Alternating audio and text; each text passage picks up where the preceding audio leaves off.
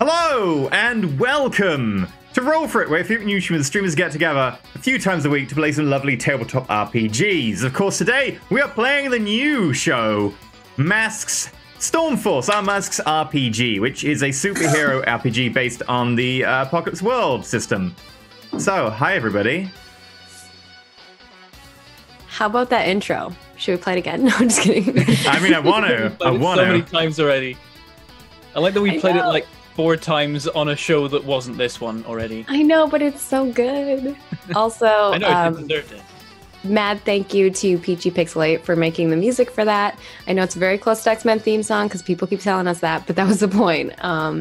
It's different though if you listen really closely. I mean, if you listen at all. He made all of the music for the show, so stay tuned for the rest of the songs that are in the album. Oh yeah, definitely. So thank you very much to Peachy. Also thank you very much to F Snow who did the character art. And you know, obviously the person who did the intro, they're amazing. They're right. I mean, I'll say that. Okay. We retreated to the editing cave for a week. It was quite a while. Also, my mic's peaking a lot. Why is my mic peaking? Oh, no. You sound fine to us. Yeah. I have powdered sugar on my shirt. I just felt like everyone needed to know that. Oh no. We can't tell though, so you're good. No, Am I sounds fine? Okay. Right, anyway, yeah. So, great. What do we have in terms of announcements today? We have today's supporter for Masks Episode 1, Stormforce, is Roll4It's resident smoke monster. Still, the name hasn't changed back. Thank you very much for paying the majority of the cast cost today and making it possible to do this, so thank you very much. Roll4It's resident smoke monster. We need one. Everyone needs a smoke monster, I think. I don't know what they do, but it's probably important. I like that you immediately say it, and then right after you go, I think. I don't know what they do, but we need one. It's like, we don't need a okay. smoke. Thank you so much for supporting the show. I am so hyped for this show.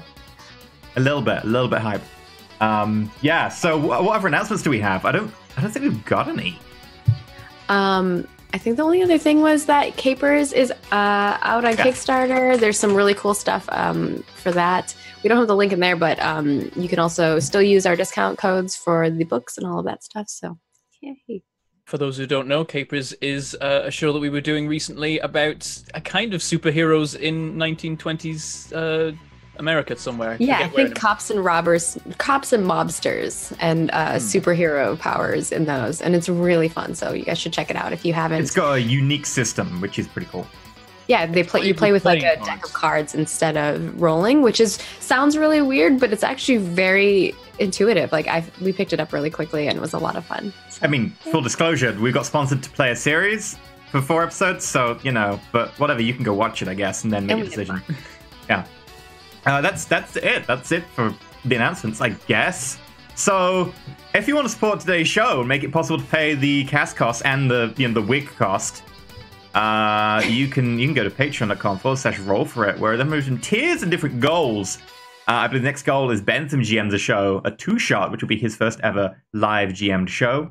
And also, you can get a number of different tiers, starting at the $1 tier where you get MP3s and Discord access, where you can then talk about how amazing the theme tune is that's playing for the 200th time. I might have to change that. But yeah, you can talk about the show on the Discord. There we go, that's better. Also, if you want, you can go to like the $5 tier for the after show and above, and then there's player tier where you get like player sheet information, then there's GM tier where you get behind the scenes GM information, some rule tweaks and stuff like that.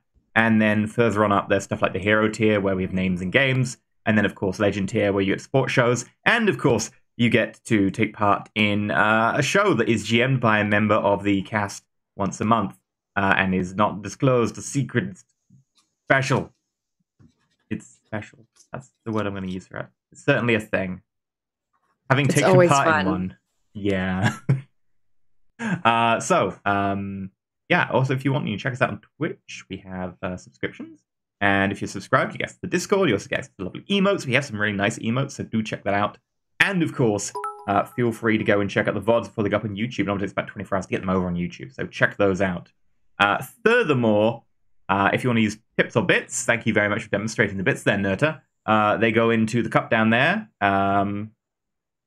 There we go. And physics happens. Also, if you want, you can let people know about the show and support the show that way. Telling people about, the fact we've done Buffy and then the thing about bringing back Buffy. We did Stargate and the thing about bringing back Stargate. So basically, we know they're going to make a comic based on this show, right?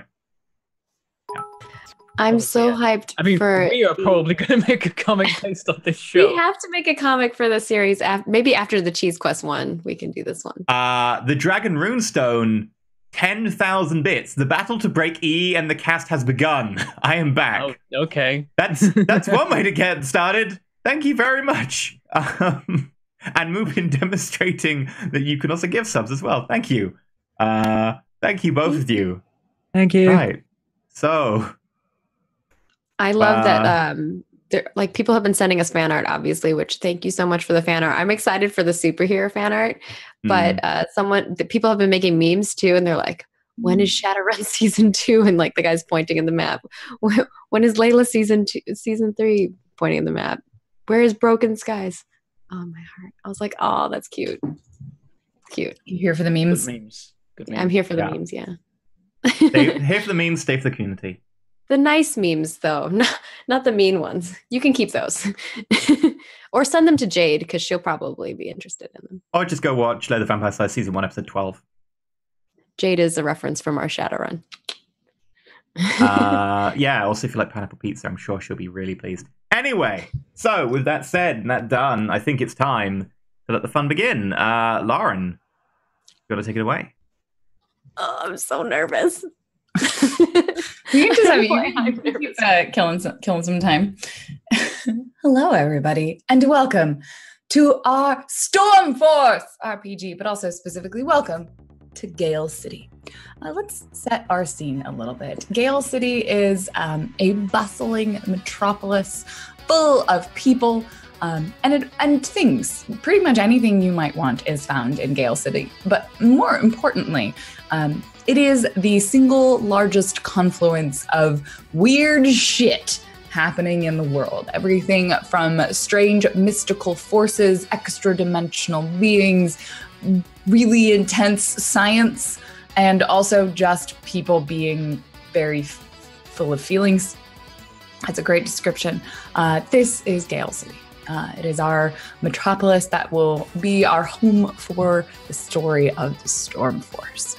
And we'll kind of fill it in and talk a little bit more about what it looks like as our characters take their own stake in this world. And Stormforce, well, we don't actually know them yet, and I don't think technically they have formed yet. Like they've sort of loosely, they've had an encounter together in some capacity. Yes, yeah, it's Plot City. Welcome to Plot City.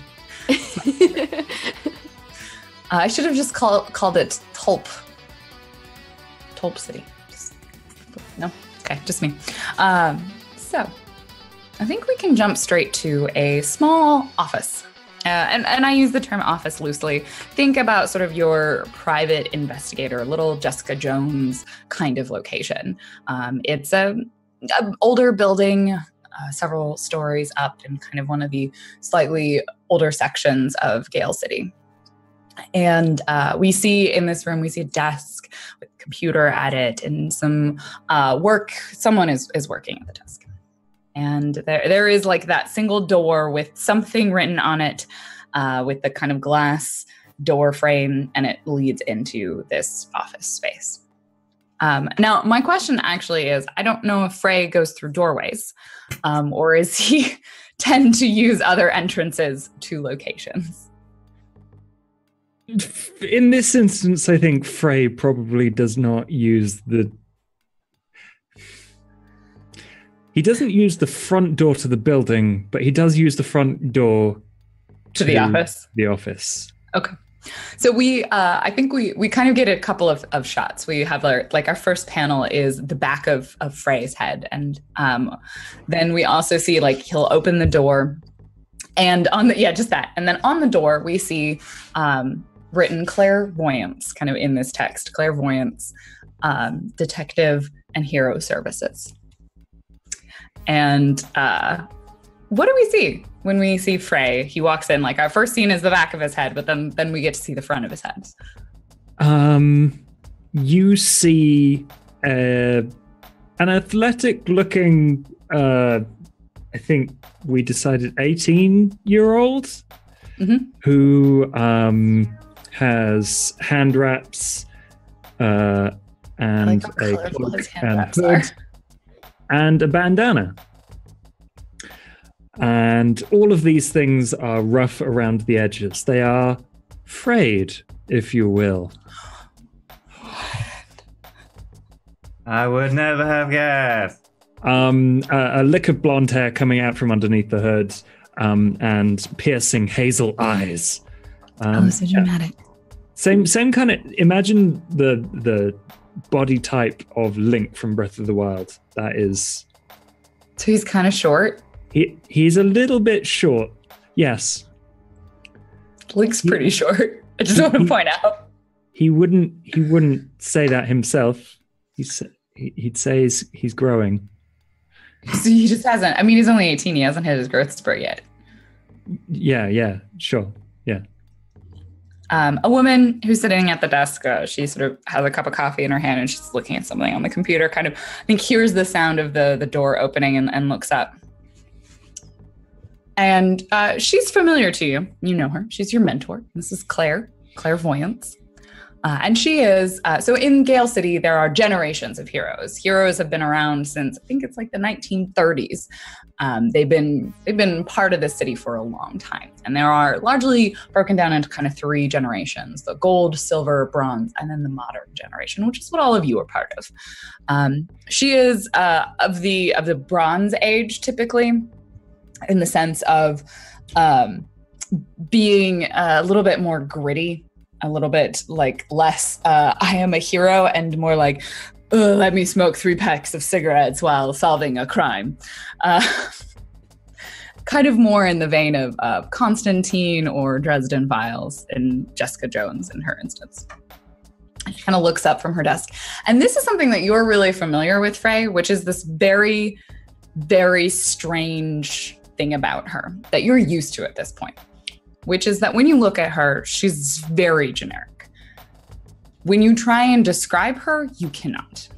You don't ever really remember what she looks like. Like everyone who has ever like, oh, this is what she looks like. It's very much, she has brown hair, and everyone kind of comes up with a slightly different description. Like, average height? Yeah, exactly. Like everyone just sort of gives this description of her. She had a that's like, nose? yeah. And eyes. She had 2 eyes. Two There were eyes. 2 of them, and they were Round. brown? Yeah. But when you look at her, you do see a woman with sort of dark brown hair. She keeps it probably relatively short, but kind of pulled back into a ponytail.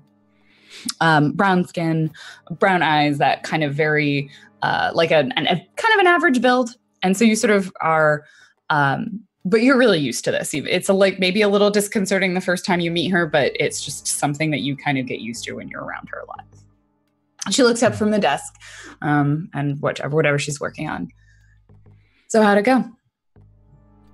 I think it went quite well. The robot was disabled, and I met some people. She just looks at you. What? It went well. Yeah, it was actually kind of exciting. We worked surprisingly well together. I think it might be able to see them again. It's I'm glad that burnout showed up. Well, yeah, that's what he said his name was. I don't think I'd seen him before. He's very stylized. I don't know if he's got an agent or something, but so no collateral damage.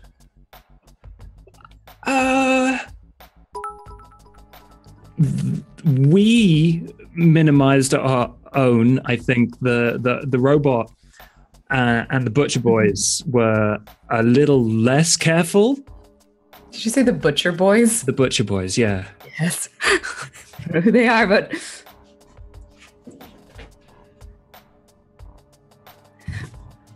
You definitely might have a moment where you're like, how did she know about burnout? But because like she never mentioned it before. And she sort of takes her monitor and just turns it around as you're talking to her. And it's just like the news report of whatever just happened. And it's like massive destruction in downtown Gale City. Yep. So, and well. I don't think they're particularly well disposed towards us, and we haven't really made a name for ourselves yet. We completed the objective. It didn't go as well as I wanted it to. Okay, I'm sure you understand this. I understand. Honestly, I'm a little disappointed. You can be better than this, right? In fact, there were multiple outcomes that went better than this. No, you're right. You're right. I'm a little disappointed as well. I can do better though. Next time? I will do better. With the team? Well, I mean, technically for this one event we were a team, but like. No, you're going to stay a team. What? Or at least you should. Okay. It's important. All right then. Well, I'm you know me. I'm down for important. Well, I'll make it work. I'm trusting you. Oh, I understand fully. Like, I can do this. You know I can do this, right? I've seen it. I've seen many outcomes where you can, but I've seen a lot where you can't. I hope you prove them wrong. I will. I will prove them wrong. We've got. There's a lot of potential there. I can whip them into shape. We can be, like you said, we can be You're the leader.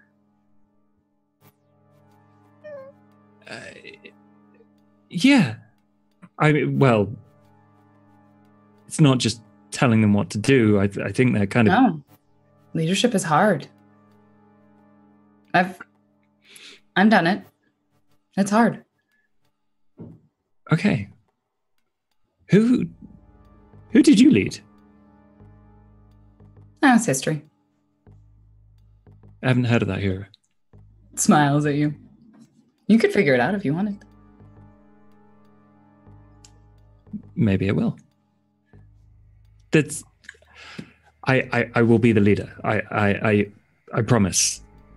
I'll prove all the other possibilities wrong. We're going to be the best team. And then she kind of leans in to you, like across the table for a moment. And you see this, and you've maybe seen it once before, like her right eye just kind of glows for a second, and there's almost this like rune that appears in front of it. It just looks at you. Dead eye contact. This is important. And only you and your friends can keep everything safe. No pressure. And then it disappears. Okay. I won't let you down.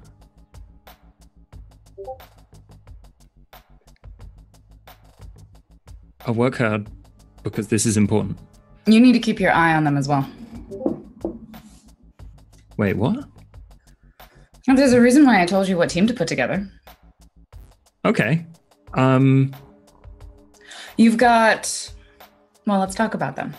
Tempest. Tell me what you know. Sparkly. No, I mean, Tempest, she's... I'm sorry, what? Tempest, I think, was holding back.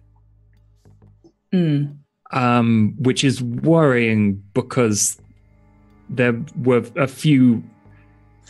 Like she rewinds something on the screen and we just see like this chunk of a building get ripped out. Mm-hmm. Yes, she was holding back. Yeah, well, I got that feeling. All right. Spark. Incredibly astute a little bit annoying, but almost always right, which is probably why I found her irritating. I guarantee she's going to be the smartest person on the team. And smart is dangerous. Smart is useful. Mm-hmm. So I'm keeping an eye on her. Mm. And Burnout. You say he showed up. I'm glad he did. It didn't go well when he didn't. We were just about holding out until Burnout showed up. I think Tempest might have made the call. I didn't see it coming. And then it was over. When you say that, she just like cackles a little bit. You never do. It's taking... You're right. I'll work on that. So what do you know about Burnout? Not much. Very new. Very grumpy. Find out what he's got going on. It's difficult to describe when you're looking, but there was like a shadow looming over his shoulder, and it... You saw it. I don't know what I saw, but it tore robotic legs from robotic sockets. I'm fairly certain it was titanium. That would make sense. I'm glad you saw it. Keep an eye on it. It's dangerous. Oh, well... The shadow was there, Frey. I'm glad it wasn't just a trick of the mind. She like genuinely kind of puts her face in her hands for a second. How many times do I have to tell you? You see things. Not in the same way I do, but you do. Things happen quickly out there. When you're in an intense situation, I don't know whether it was just a shadow. Why are you arguing with me about this, Frey? I don't know. But I was focused on fighting and not dying, like you told me to.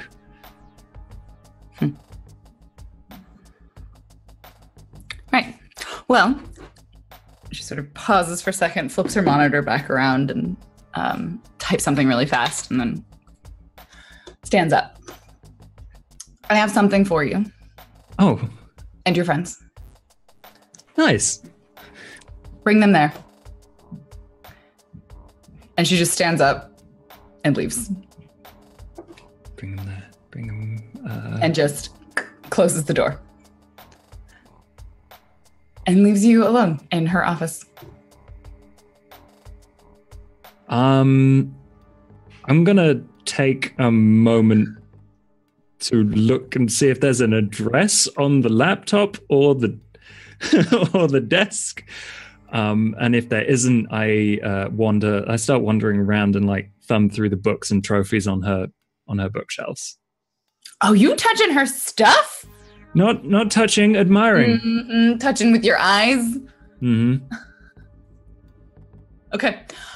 So you begin looking around, you pull up the laptop, and it is it's locked. Like you have to enter a password. I'm gonna guess. Oh.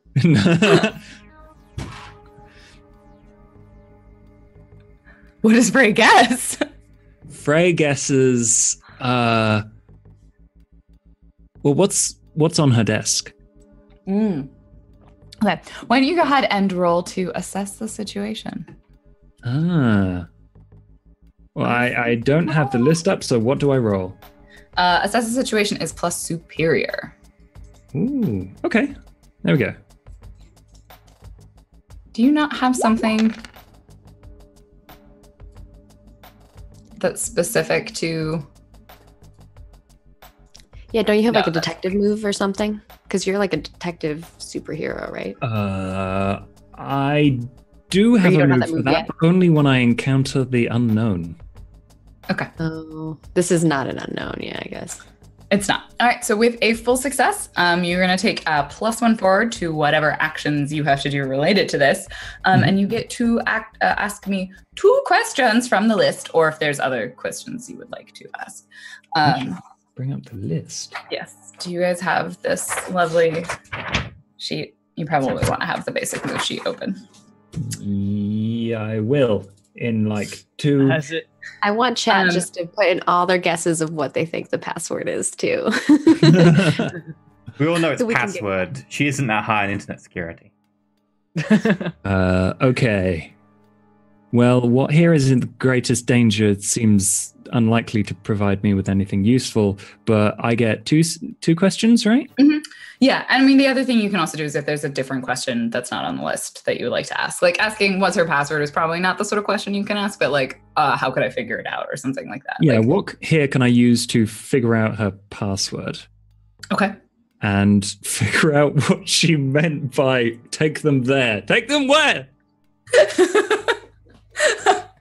So the best thing ever. Tell me, describe to me, because I think we talked a little bit about Frey's like detective vision.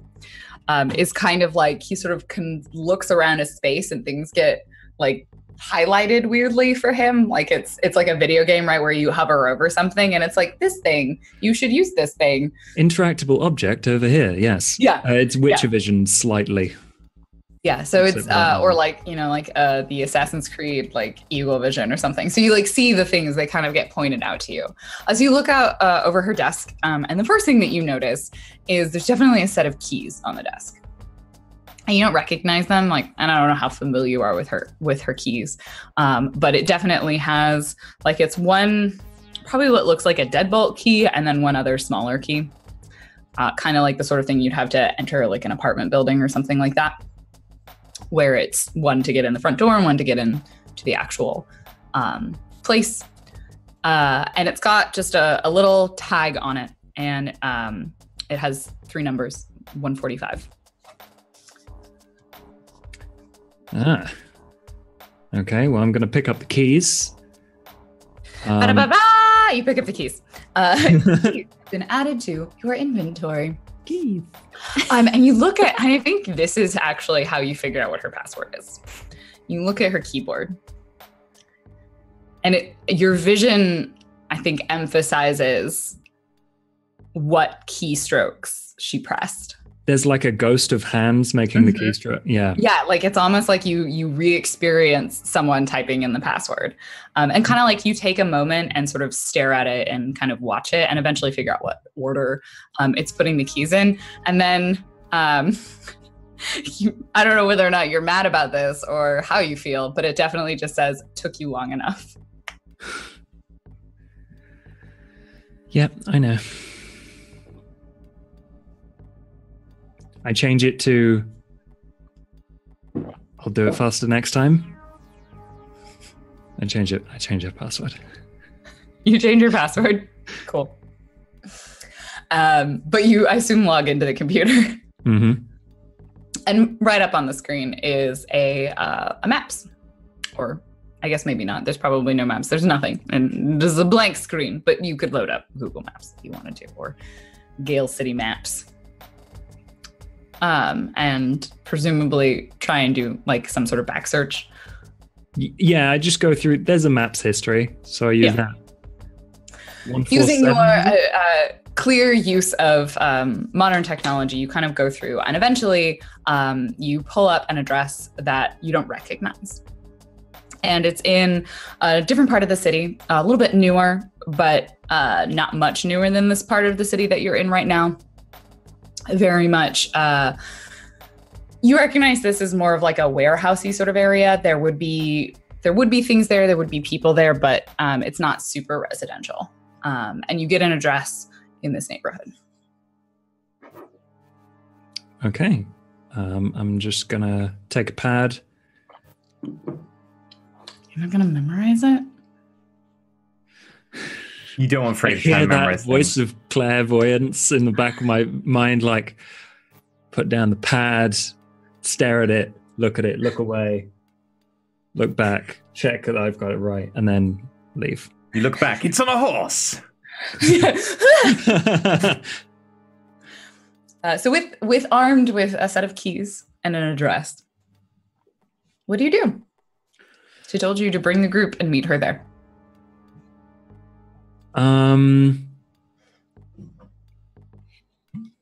I do the thing that I am most able to, that allows me to get the group together fastest.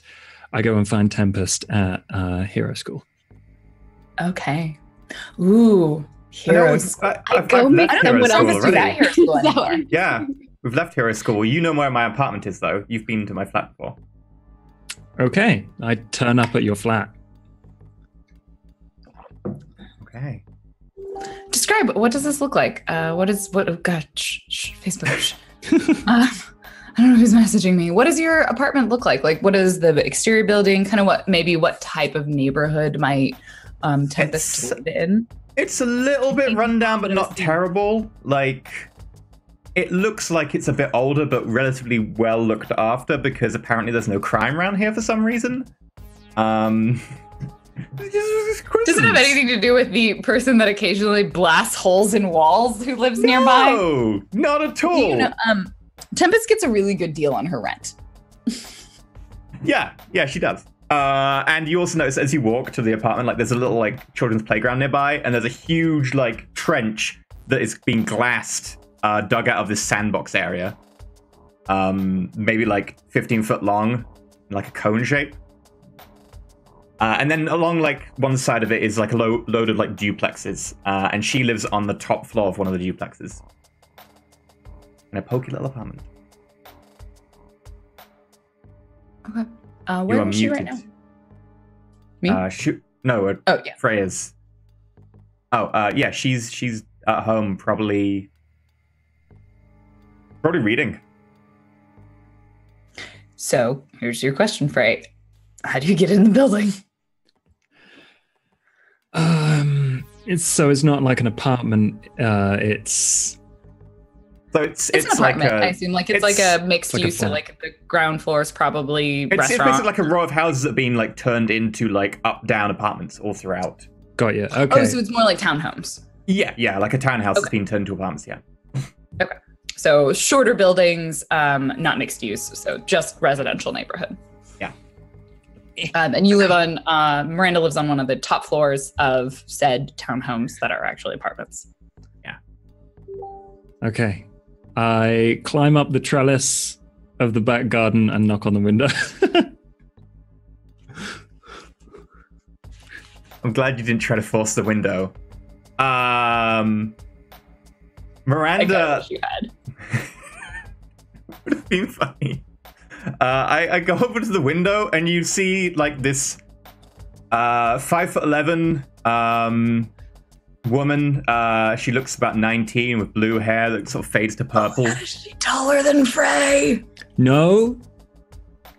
You said Frey is the size of Link. That means he's like 5'7". So yeah, she's taller than by 4 inches. Yeah. She's wearing a yellow and black hoodie. She's got her hair kind of pulled back over one ear at the moment. Normally it's kind of wavy and down one side. Ray?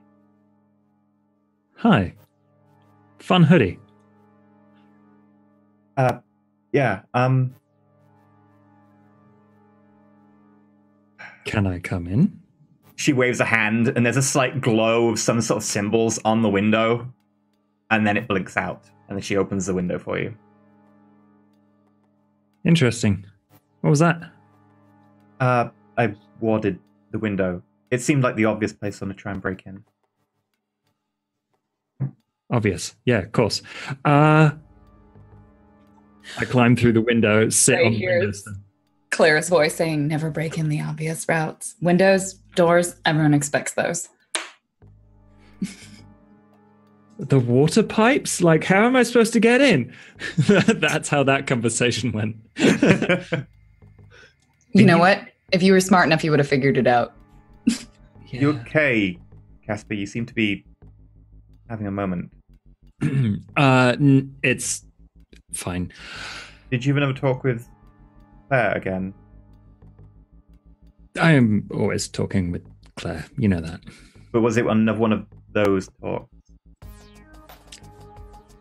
It's always one of those talks. Anyway, Tempest. Yeah. And Miranda, we're not on the job right now. Oh, okay then, as you wish. Miranda, I'm putting a team together. You mean the team last night? Yeah. Flashback to yesterday's conversation. Miranda, I'm putting a team together. Do you know anyone? Yeah, I know Charlotte.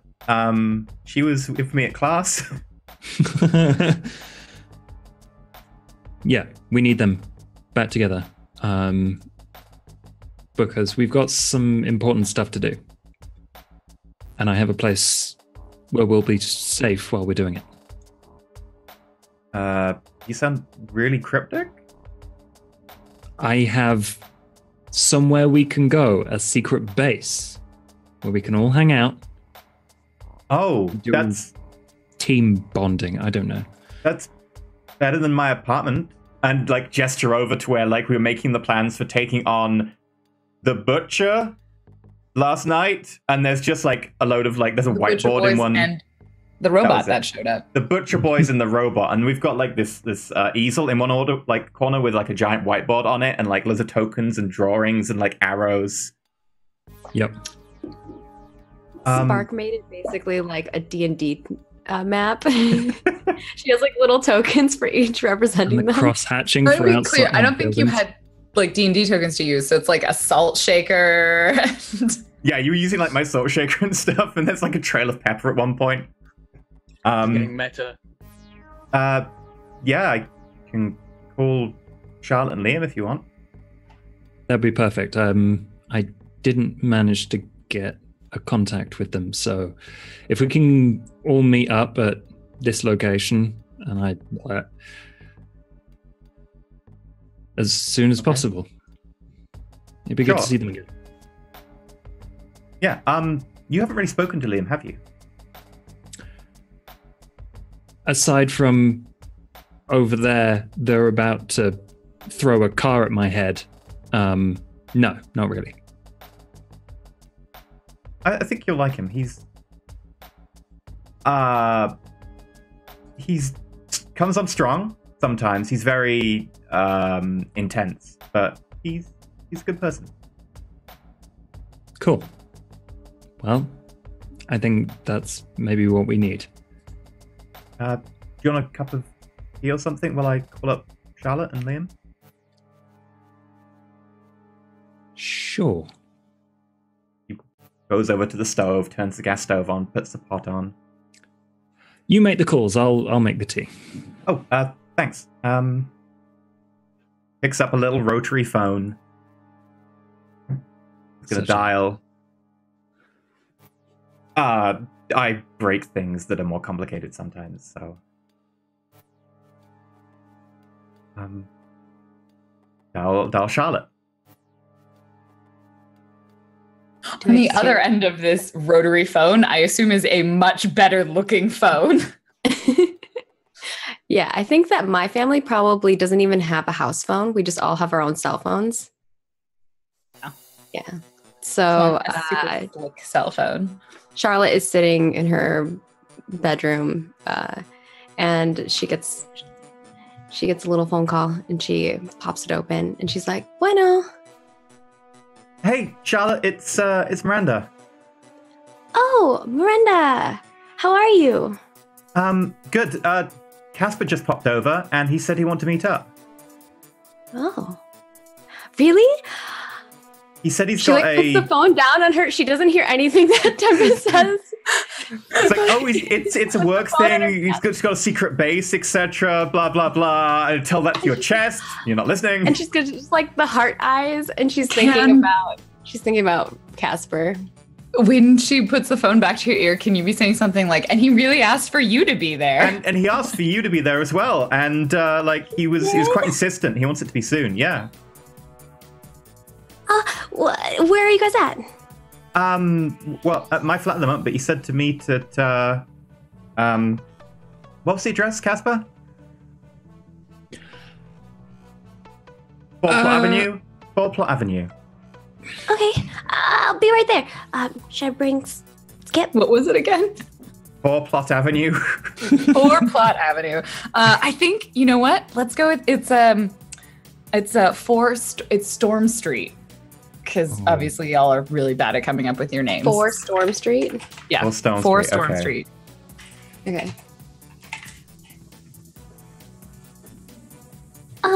Should I bring Skip? Yeah, sure. Okay. I'll see you in a bit. I'll see you soon, Charlotte.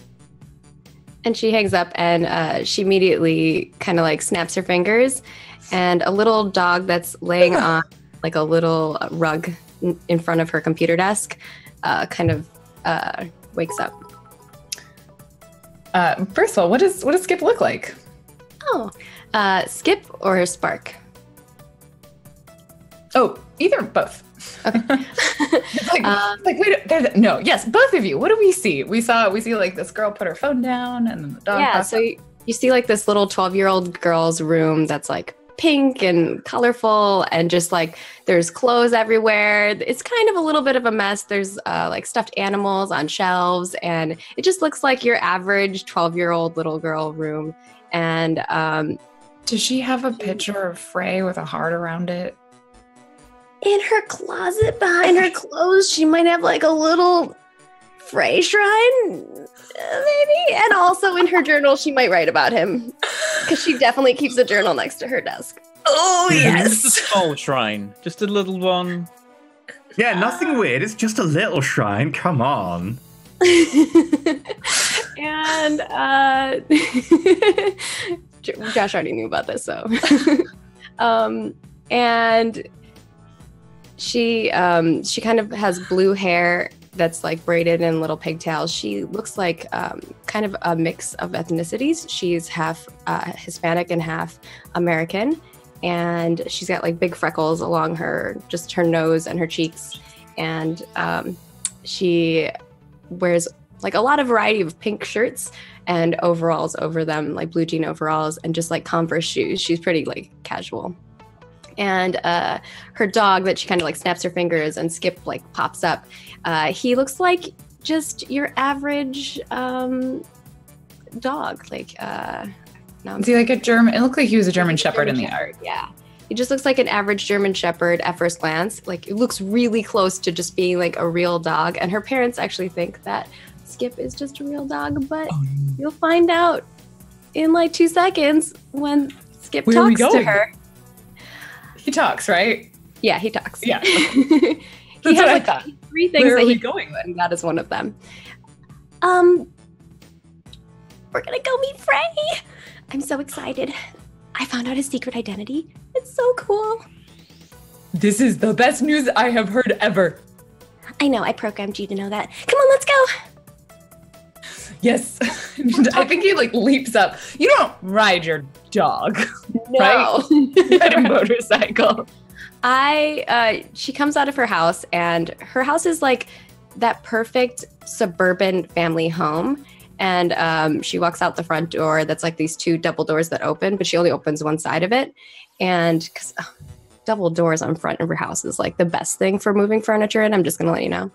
And she goes outside, and it's like that white picket fence house. And she goes around the side in the garage, and there is a little bike that's there. It looks kind of like a normal bike, but it has a motorized engine on it. And so it looks like someone has like jury-rigged some kind of engineering on this bike to make it go. And in the spokes, there's like a little clip that's pink, and it has a little card, and it's a Planeswalker card. And when she drives it off, the little card flicks on the bike wheel. Important question. How does Skip ride on the bike, or does he run next to it? I I kind of wish I had like a side bucket, but I think it's. Is there just a giant basket? Yeah, I think a giant basket is the funniest thing.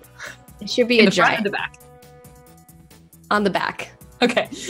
He leaps in. Have you ever seen those things where like people put like strollers on the back of their bikes or like things like that? Yes. He leaps in and he puts his goggles on. Yes. Let us go have fun with our new friends. I like them. I told you, stop talking. Silencio. Not in public. And then she hits the pedal to the metal. We are going on an adventure. It's going to be so fun. On an alarmingly fast motorbike for a 12-year-old child, especially. But yeah. Oh my God, castles on the handlebars. Yes. And we see you just like cutting through the streets, like really, really fast. Very epic. And there's a lot of people doing the like, is that a dog on a motor? Like, what? Just these like very confused faces as this girl with blue hair. And I assume she wears a helmet. Yeah. She wears like a little bike helmet. Yes. Comes tearing past them. And you are heading straight to 4 Storm Street? I am. All right. So how about how do we bring Liam in? Who puts in the call? We cut back to the apartment. At this point, the tea has been made. Frey, you're just sort of sitting there. Something in the back of your mind tells you like something's gonna get weird, but you don't know why. Ring ring. Ring okay, ring. So Liam is probably in his family's apartment, in his room, watching 24-hour news channel. I think someone else then probably picks up, like, hello? Hi, it's Miranda. Is Liam there? Oh, of course. Liam, your blue-haired friend's on the phone. Okay, I'll be right there. I'll run out and pick up the phone. Your mom hands it over to you. Hey, Miranda. Hey. Everything all right? Yeah, you met Frey last night, right? Briefly amongst explosions. Casper, can I tell Liam your real name, or do you want me to stick with Frey? Do I hear Casper? No, because I put it to my chest to like... Yeah. I guess we're going to be working together, so sure, whatever. Yeah, so Frey's name's Casper, and he says he wants to meet up and put a team together. All right, yeah, that's great. Where do you want me to go? 4 Storm Street? All right, I'll be right there. Now? Yeah, as soon as possible. Okay, I'll be there. Okay, yeah, great. By the way, you did well last night. Thanks. You too. And they all did. Yeah. I'll see you soon. Cut back to the TV screen and it's just more shots of last night's collateral damage. Yeah. Back to Liam. Wrecked stuff. It's like, I was watching it in case anything else happened, but it's just coverage of the destruction we caused. I'm like, this isn't what I want to see. You see a building get picked up in blue shimmering light and hit this giant robot and hit it again and again and again until it breaks apart. Oh dear. Yeah, so I grab all my superhero stuff and I don't know, I'll probably leap out the window maybe. I don't know how I didn't decide what floor I'm on. I like the fact you jump like, and go, I didn't decide what floor I'm on! Do you want to roll a blank 2d6? Well, let's find out what floor you're on. Okay. 2d6. You're on the 9th floor. It's fine. I can climb down buildings. It's okay. So yeah, you put the phone down and your mom goes, "Oh, you headed out somewhere?" Yeah, I've got a mission. Right. One of those I'll be all right. missions. It's okay. It went fine last time. It just takes a little bit of getting used to. That's fair. I'll be all right. I'll check in. I'll call or text. I might text. Don't die? I'm not really sure what you're supposed to say when you're a child. And then you just like leap out the window. Floral your cape as you go. I'm making dinner later if you want to come back. I'm already going down the building. As you begin, I'm feeling slightly bad. I feel bad for her. I've got a good relationship with your mum. Yeah. Yeah, I'm like full on determined, like crawling down the building, jumping between windowsills and stuff. See how that goes. Nice. I mean, I think for this, the stakes are low. There's no danger. Like, you have enough time. The plus side of the system, you only roll when there is a risk of failure. And normally that means like you have to be on some sort of pressure or something dangerous has to be happening at the same time. Like, otherwise, for the most part, using your powers generically. What does it look like when are you like running along the wall, Spider-Man style? Are you teleporting, levitating? Like, what does this look like? It's more like just sort of leaping from window to window, going down, and it's sort of like larger leaps than your average person could do, but there's nothing particularly like wacky happening. But I imagine at some point I probably like mess up because I'm still new to this and like slip off a ledge, and probably like out just in my hand appears just like a kind of ice pick thing, which I then grab onto a ledge with, and then I crawl back up and open my hand and it's gone, and then I carry on crawling down slightly more carefully. Cool. And eventually make it to the ground. And I think we have just a kind of a series of scenes. So we'll go back to Frey and Miranda in the apartment. You've put in all the calls. You're gathering the Storm Force, although you haven't been named yet. We see like the possible names in the background. I think someone was like Gale Guardians and Frey's writing. Force. Should have been called Gale Force. Frey, you still working on that? No, we shouldn't. Yeah, but I think it's time we left. You got all get together? Sure. Should I put on my suit or we going civilian?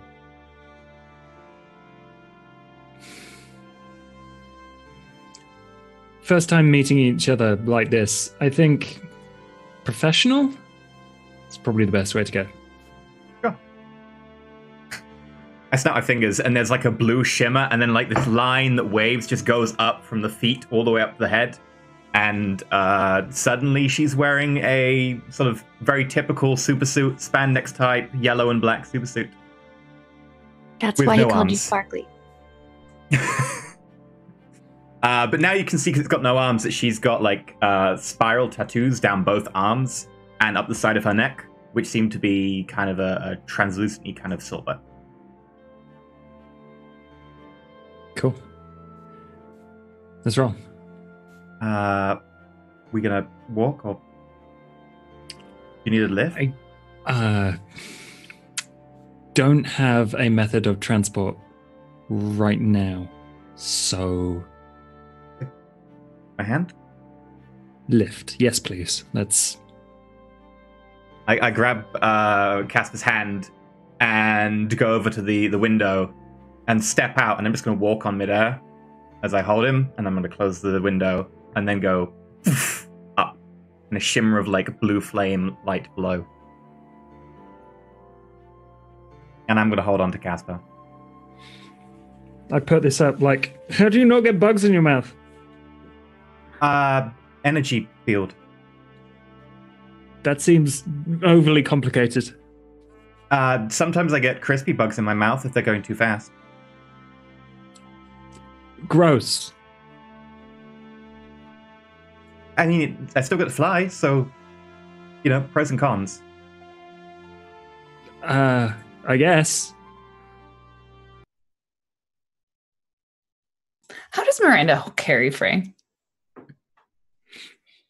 Miranda's just holding on to like his Superman style, like no, Frey no. like dangling by one arm, piggyback ride. Like, I'm curious. Frey's dangling a little bit, but Miranda's trying to like extend her power to cover him a little bit, but he's still dangling a bit as she can't compensate for his mass entirely on one side. I want fan art of every scene.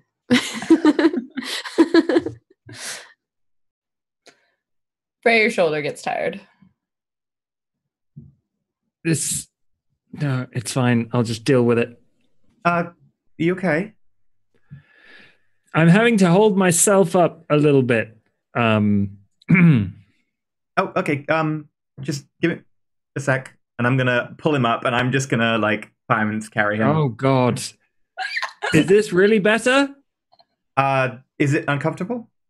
Yes. I'm gonna just, and embarrassing. Come on, I'll Superman carry him then. No, it's not better. I'm going to.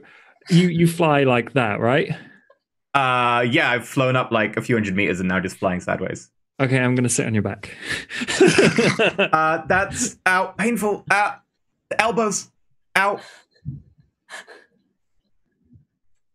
That wasn't an elbow. Sorry. Oh, yep.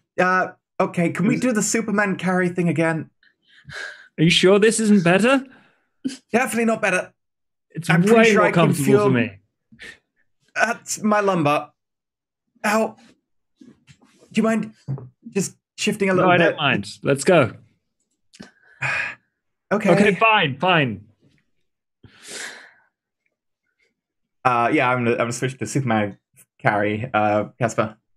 Okay. It's a beautiful, awkward moment.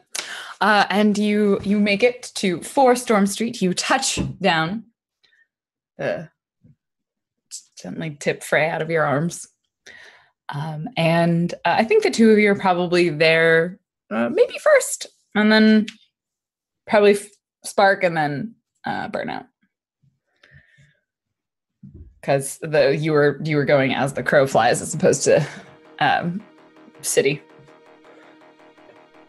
So, yeah, you see in front of you, on the ground floor, this is a mixed-use building. On the ground floor, you see a pizza shop. It smells pretty good, actually. I don't have a name for this pizza shop, so you can all tell me what this pizza shop is called. No, that's boring. Pizza Force. Storm Street, Pizza Force. Yep. That's how we do it. Pizza Forza. Pizza Forza. You play Forza while eating pizza. That's a special trick. Pizza Force serves pizza by the slice downstairs, and then there's probably a couple of other stores on the street too. Ooh, I like Pizza Planet. Someone in chat said Pizza Planet. Pizza Planet already exists in Pixar. I like I'm pretty sure. Okay, Pizza Force. It's how we get our name. We go to the pizza shop and be like, I know. And you see a relatively, I think by comparison, this is maybe the most derelict building that we've seen. It's older, rundown. You're kind of on the outskirts of a portion of Gale City. And above the pizza place, there looks like there's sort of some apartment kind of loft style buildings, like higher ceilings sort of spaces. You see like a few boarded up windows. It doesn't look great, but it's there. And there is a door in between a couple of the stores that looks like it leads up. That is number 4, Storm Street. So this is our secret base? It's more secret than any of the other bases we have. I mean, my apartment's pretty secret. No one can find it. I'm still waiting for my last Amazon delivery. What about the blast marks around the home? Yeah. I have a feeling that might just be the postal service. Oh, okay.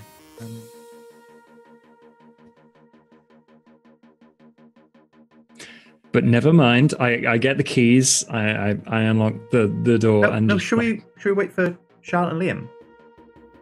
I think we should wait inside. It's a little bit suspect. People in cloaks and bandanas, just standing out here. Okay, that's a good point. Sure. After you. Thank you. And step inside. You walk up the flight of stairs that leads to kind of a landing, and you see several different doors from there. I think you probably hear some noises that you can't fully identify. Maybe someone's playing rock music a little bit too loud, and someone else is probably yelling at someone else through some of the walls. And you eventually walk down in your little corridor, and you find a door that's labeled 145. Sweet. This place is big enough for the four of us. Open up the next one. Key turns in the lock, and you walk inside, and it is a large open space. It looks like kind of a lofted building or apartment. There are sort of those kind of warehouse glass windows along one side, and it's substantial. You see like a little kind of kitchen-y area that looks like it could maybe use a little bit of a cleanup space that you could clearly put more comfortable furniture in. And then there's a couple of doors leading off of it as well. And you see... No, I don't think you see, like, there's not really any, it's not pre-furnished. But I think there is like a computer console or something that's been like set up in there.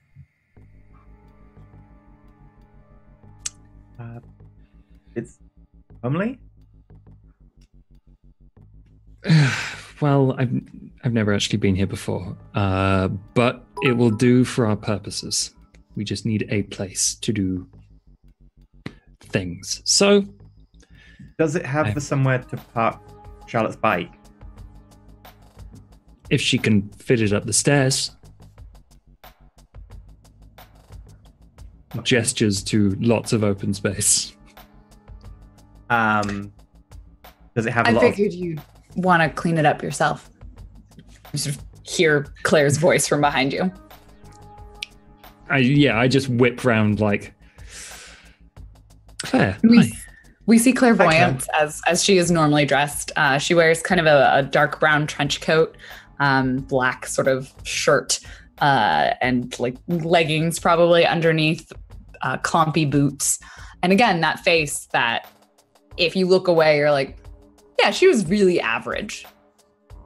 She was really average, the brown hair, brown eyes. Miranda, Tempest. Hi, Claire. Holds out her hand. Nice to meet you again. You know who Clairvoyance is. She is one of the more well-known heroes of Gale City. She's been around for a while. Did she come in to teach like a one-off class in school or something at some point? Yeah, I think she moonlights occasionally as a teacher at the academy, and she's so she's kind of pretty well known as like the sort of one of the foremost detectives. Not necessarily the person you'd see in like a big drawn out fight, but she is pretty well known. And yes, she owns a Tan's jacket and a briefcase buzzing with flies. Deerskin jacket. Sorry, it's a Night Vale reference. She kind of looks at you, holds out her hand, shakes your hand. It's a pleasure to meet you. Top student at the academy, right? Second. Spark was first. Yeah. By a long margin. Speaking of, where are they? They'll be here in a minute. We flew. That makes sense. Was it comfortable? It was... She looks at you, Frey. I think we'll have to figure out another way of getting around quickly. Transportation is one of the most important things a hero can figure out. Can I walk in? Oh, wait, no. It's Burnout comes next. No, you're next. Oh, I'm next? I think we hear like... Yeah, so we take a look outside and we hear the... Tree. Oh, sorry. Squirrel. I told you can't talk so much. People Okay. I will stop. Ooh, pizza. That's not good. I am hungry. Can we get food? I do not experience hunger, but I am programmed with olfactory sensors. Yeah, I did that. Okay, come on, let's go. And I grab my backpack and put it over my bag, and I like walk up the stairs with the dog, and I kind of like open the door as soon as you guys are talking about transportation. I'm like, My mama could drive us in my our minivan. And she closes the door. Hey, Charlotte. And I'm going to run over and I'm going to give Charlotte a hug. Charlotte hugs you back. And then immediately when she turns and she sees Clairvoyance, she like lets go of you and runs over and is like, Clairvoyance? That's me. The coolest. I saw your seminar and it was like one of the best seminars that I have ever seen. I remember you. You raised your hand a lot. Yeah, I have a lot of questions. Are you going to answer more questions? Did you give us a space? Oh my gosh. And she runs over to the computer desk and starts... I think Claire keeps like trying to say something and Spark just keeps saying more.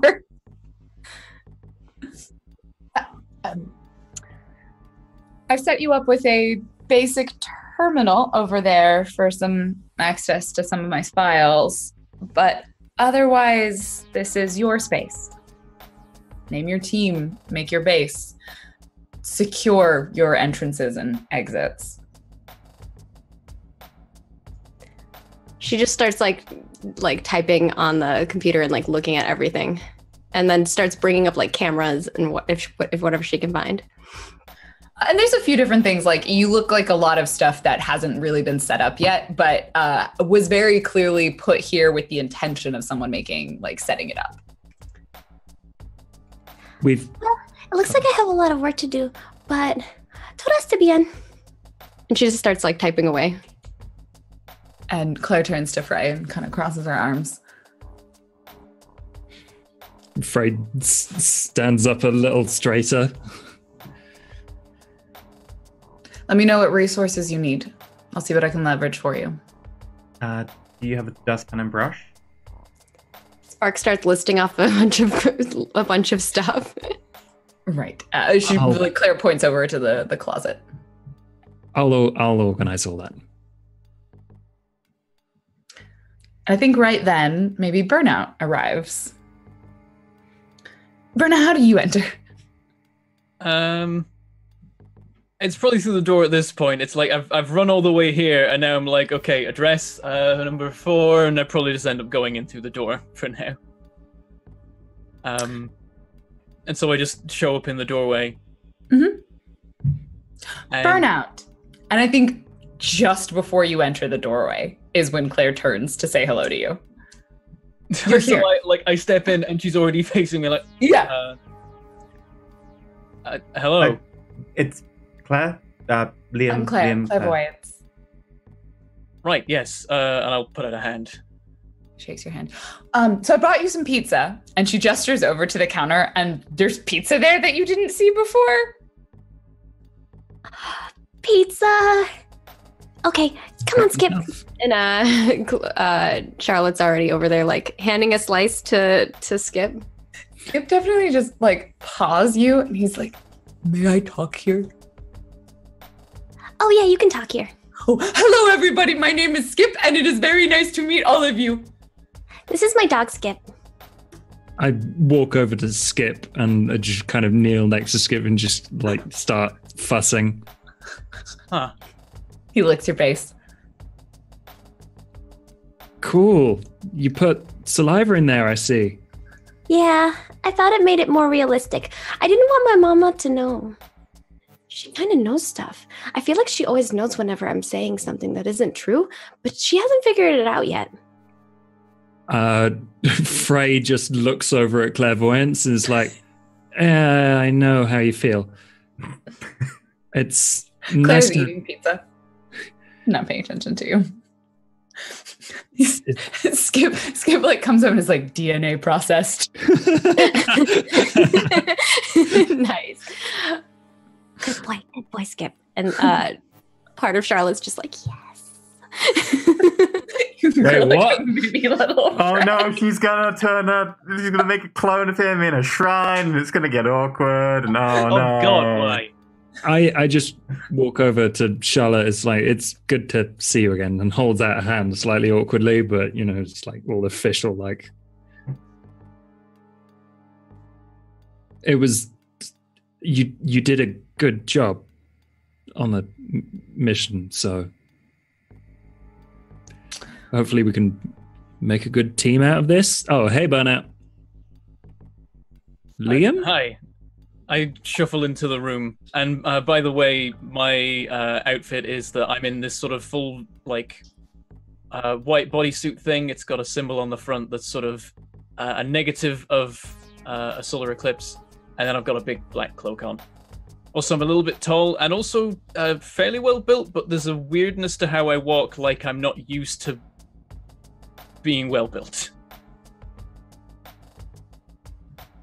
So, Spark hops up on like the table and kind of like dangles her feet and keeps like feeding Skip and looks around and is like, if we're gonna be a team, we need like a name. Yeah, it's. Well, I'll leave you to it. Maybe like Cuatro Amigos. Oh. And then she's gone. Thanks, Claire. Okay, I guess this is my job now. You don't like the name? No bueno? What? Sorry, what was the name? Cuatro Amigos. I think that's from a book. Oh, maybe. Maybe. But we can work on it.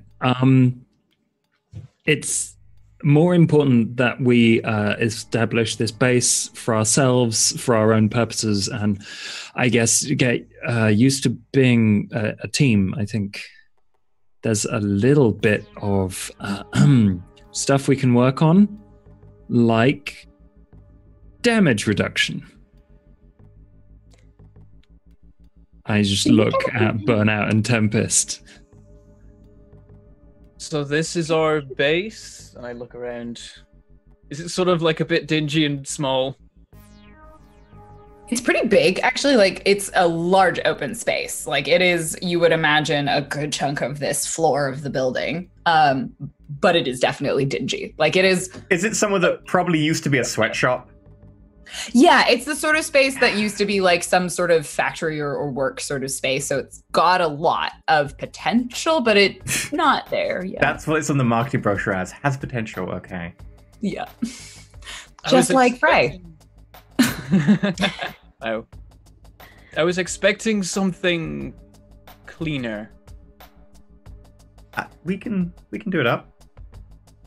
I mean, I don't really like cleaning. My mom always makes me do that to my room, but I just feel like it makes it pointless. It's just gonna end up how it is anyway. You could always make a cleaning robot. her eyes just like get huge. She wants to make a cleaning robot.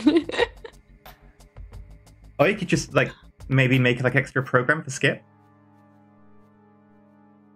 I can lick everything clean. And he just starts, whoever is nearest, he will start licking pizza off their hands. I'm just going to levitate upwards so I can eat the pizza without being licked. My mom seems to really like that because sometimes she gives him all the dishes before she puts them in the dishwasher. Like we could just get a Roomba, some paint. Yeah. I think that's a good place to start. So I just wanted to say, before we, I guess, clean up our new base, it's gonna be interesting to work with you all as a team, as a force to be reckoned with in the city. Uh-huh. She's just looking at Frey with like puppy dog eyes. It's going to be interesting. It's going to be a pleasure. It's going to be good. Yeah, a pleasure. Okay. Mm-hmm. Right. Good. Yeah, that's the point. Cool. Frey walks over to the little closet, like just picks up a broom and is like, I guess we have mission number 1. And I think that's when we can kind of cut into a base building montage of what you're all doing to flesh out this space, and we can kind of play out a few like little scenes in between you as you begin to create your space. And our theme music playing in the background as the montage is happening. Yeah. So let's kind of go around and maybe we can have each of you talk about the like what individual thing you might be working on. If there's anything you want to try and work on with anyone else, if it is something that might be particularly difficult, maybe we'll make some rolls. But this is going to be a little bit of an ongoing project. It's your base, so things might not get done right away, but it's the sort of what are your short-term and then long-term objectives, and you can kind of figure it out. And yeah, this will be a thing that you're constantly gonna add to and homify it for you. I have 3 things that I'll do then. Okay. One is going to be setting up a security system, because that's important for your headquarters. Definitely going to make robot cleaning device, because that sounds awesome. And the third thing would be I want to make us the watches. Cool. Which one will you prioritize? The watches, probably. Cool. All right, so we'll start with the watches. Anyone else know what they're going to get up to? I would like to ward the place so that if anyone who's not one of us 4 comes in, we all wake up. Ooh. A pretty simple ward to begin with. So yeah, you definitely notice like there's places where each of you can kind of establish your own room. Whether you make it into like a space that you sleep or live in is up to you, but it can be like a workshop space or a practice space or something. So each of you get your own individual space. Then there's kind of a large common area, which has like your little sort of kitchen and wherever, like whatever group stuff you want to set up is essentially what it is. So you can imagine like it's this big open loft space within a few rooms off of it. And it does have bathroom, even though you're superheroes. So, like, I don't know how you pee in your suits, but whatever. I spent all weekend in spandex. I've done it before. It's working on warding. I'll also move over, like, a small cot into my room, along with, like, some of my books and stuff. Cool. So you're going to kind of work on your room.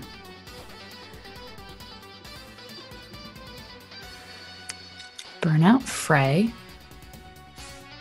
Yeah, that's my superhero power. I just don't. Like, I'm a still suit. I'm my own still suit. I just recycle.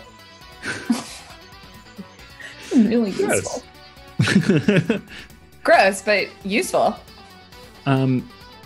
Frey is going to spend the first little bit, like, being awkward and, like, checking on everyone. And be like, so what are you doing for the base? And then once he knows, he's going to work on the terminal for a bit. Requisition a vehicle. So we can move around without being hero carried. And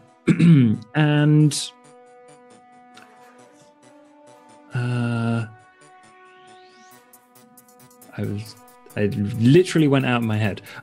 So okay, I am. You can come back to it. Yeah. Cool. All right. So let's run through our montage. What did Leon do? Yeah. Sorry. I wrote his name down and then I didn't have anything under it. I probably started with just like setting up some basic stuff in my room, like probably just a bed and a desk and things. And then I probably spend time clearing junk out of the main area that was presumably just lying about the place, piling it up somewhere. If there's anything too heavy, then when people aren't looking, it's suddenly not where it was anymore. Oh no. That sounds potentially dangerous. Like, I imagine there's just some giant big bit of metal machinery somewhere and it's in a really annoying spot, and then at some point people look around and like, oh, it's in the corner now, nice. I just put that down. Where did it go? Oh, how did it get over here? So let's kind of play out a little bit of some of this montage.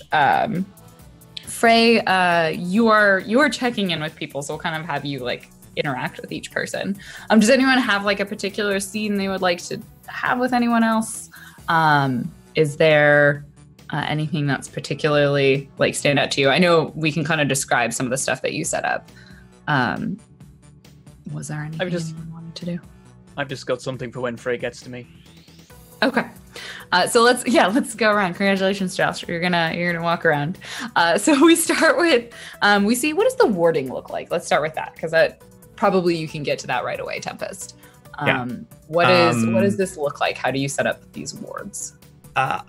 It's kind of like a weird mix of like a science kit / a spice rack, and I'm going through and I'm mixing a few things together. It's not spices, but it's like in the same sort of rack. I've got random little things in different colors and so on mixed together. And with pestle and mortar, I grind but you have it in a spice rack. Yeah, I love it. Because like I need to improvise. They don't just sell alchemy kits, so I've improvised. It's a chemistry kit combined with a spice rack. And all the things like aren't labeled. Like I just know what they are from looking at them. And occasionally you'll see something that's just got like a weird mark on it. And I'm like mixing with pestle and mortar and so on. And occasionally like I'll dip a finger in and you'll see a slight glow as I test the concoction. And then I'll start going around and like marking like with weird runes that just start to disappear after I mark around like every entrance and so on. And then to cut corners on how difficult it would be to wake people up, because that would be like tying into people's minds. I'm just going to get a bundle of fireworks and put them in a corner. And then I'm going to tie that. They're safe, like meant to be like indoor fireworks, but that's what I'm using. I will make it more elaborate as time goes on, but you know, this feels like a Home Alone. This is like a Home Alone like strap setup. Yep. Indoor fireworks sounds. Play marbles, paint cans on rope. Good. I think so. I think what this might end up being, and we'll see. It may come down to like a defend roll or something if something triggers it. But for now, we have this set up. This is what it looks like, and we can kind of change and add to it as things go on. But it's definitely creative. Frey, you see fireworks inside.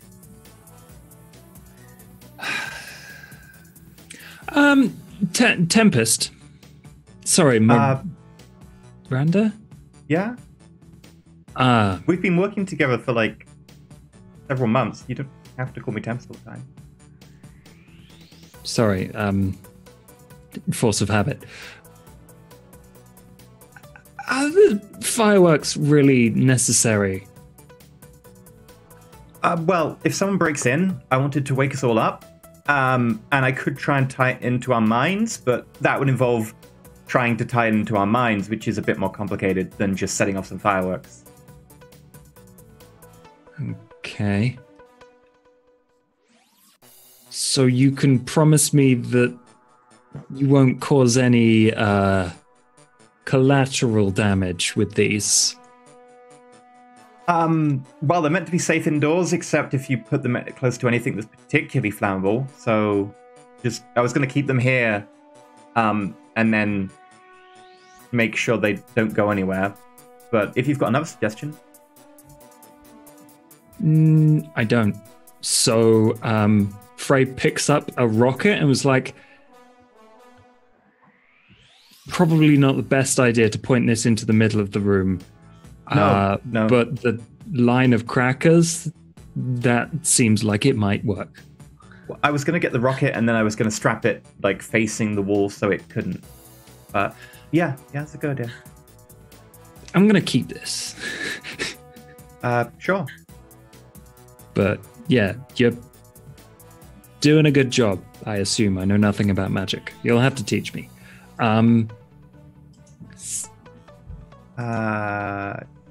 I can try. Oh, okay. I guess it's an innate thing. I'm not sure. I've never met anyone else who, there was, half a dozen people at the Hero Academy who had super strength, and like another 7 or so who were super fast, and there are a few of telekinesis, but. So, speaking of collateral damage, I understand the nature of your powers. And then, like, the clairvoyant's voice chimes in. It's like, don't do anything stupid, Frey. Are you okay there, Frey? You're just thinking. Don't do anything stupid, Tempest. We've got to keep people safe. You have to be more careful than last time. Casper, I appreciate what you're trying to do, and I understand, but when you're trying to give someone feedback, it's normally better to try and use like a feedback sandwich. If you give someone like some good feedback and then some like negative feedback that they can improve upon, and then some more good feedback, it generally makes them take it on board better. You might try that in future. I'm sure, like, you know, people will accept it much more easily. So have you taken it on board? I thought maybe I didn't say it. The warding was good, I guess. Thanks, Casper. Yeah, don't worry. What? I said thank you. Don't worry, I've taken it on board.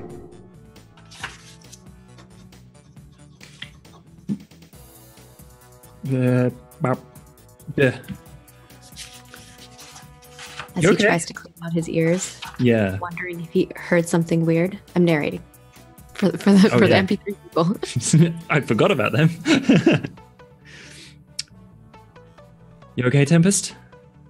Does Tempest's demeanor change at all right now? She looks a bit nonplussed. Still on. Is it still on? Yes. Oh, Jesus.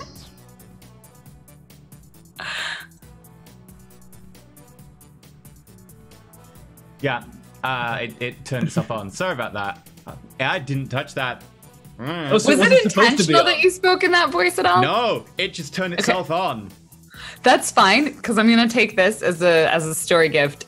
She looks very nonplussed. Frey, no one else heard that, but you did. And I think there is maybe much like that looming shadow you saw over Burnout, but in a different form. Like, you for a moment see like this terrible force around Tempest. If that was not intentional, that was like perfect timing for that to happen. Like, what? Yeah, that was Maybe really a little taken aback. It's somewhat. Frey seems a little more on edge suddenly. It's like, okay, good. Thank you for listening. Miranda, I guess I'll catch up with you in a bit. Okay. And then Frey just turns around like, what have I Casper? gotten myself into? Casper? Yeah? It's okay. Like, I understand you're new at this. You don't need to look so, like, worried. Yeah. Like, I know it's kind of a big thing now having a team that Claire, like, obviously wants you to be the leader of, so... Well... Are you trying to comfort and support Frey, Miranda? I guess, yes. All right, go ahead and roll it. Roll plus mundane. Yeah! So basically what you're saying is roll experience, right? Because this is going to go well. Situation bonus penalty, 0. Oh! It's a hit! The hit. Yay. So you can, Frey, you can mark potential, clear condition, or shift labels if you open up to Miranda. Oh. I don't know if I want to do any of those things, but I will open up. I just become a little bit more conspiratorial, lower my voice, and I think you hit the nail on the head there. Hey, if you want to talk about it, we can go into my room. I got a kettle and a couple of beanbags. That sounds nice, actually. It's been a little while since I could relax. Oh, you never really told me about your home life. Like, how's... Spark. I think the two of you go into Miranda's room. Spark, you see Frey and Miranda walk into Miranda's room together. And like, Miranda, you have like your arm around Frey maybe, or like even just like on the back. I've like on his upper arm. Yeah. You see this. She has like a look on her face, like her nose is scrunched. She's staring over there like, what are they doing? I can go listen at the door. Yeah, go do that. Okay. And we see Skip trot over and like lie down in front of the door and like press one of his ears up against it. His big floppy ears just like whoop. And inside the room, Miranda, Frey, what do you talk about? Oh, and so if you, it sounds like you don't want to clear a condition or shift your labels, go ahead and just mark potential. Okay. Which is always a good thing to have. Fair enough. Assuming you're going to say more. Yes. I have to lead this team. I don't know quite why yet, Miranda, but it's going to be important. But I sense things. I have an intuition about you and even burnout. What the hell is going on? Like, I don't even begin to understand what you or he has. Your powers are incredible and frightening. I'd agree with that. I mean, I don't really fully understand my powers either, but I try to do the best I can with them. As for Liam, I think, you'll have to ask him. How does that make you feel, having to, be in charge of a team where you're not fully sure how it works?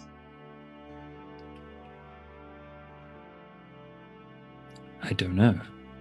I don't know how I should feel. I should feel like I'm in charge, but I don't.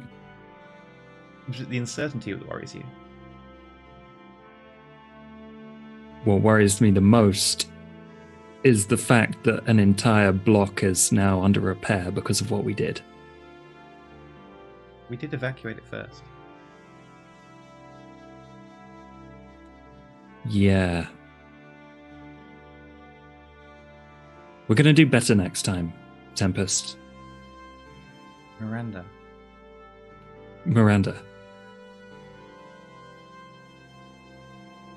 Yeah. I'm sure. Okay. It's just going to take time and getting used to each other.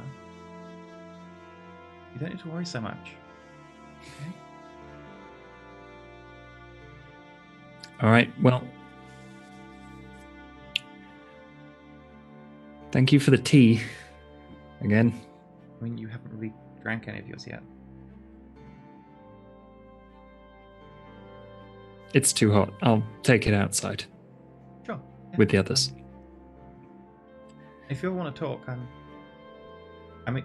around, probably. I hope so. We have work to do. And you open the door, and like Skip jumps up and he's like, "Oh, hello, human," and trots back over to Spark. And look at Spark and wave.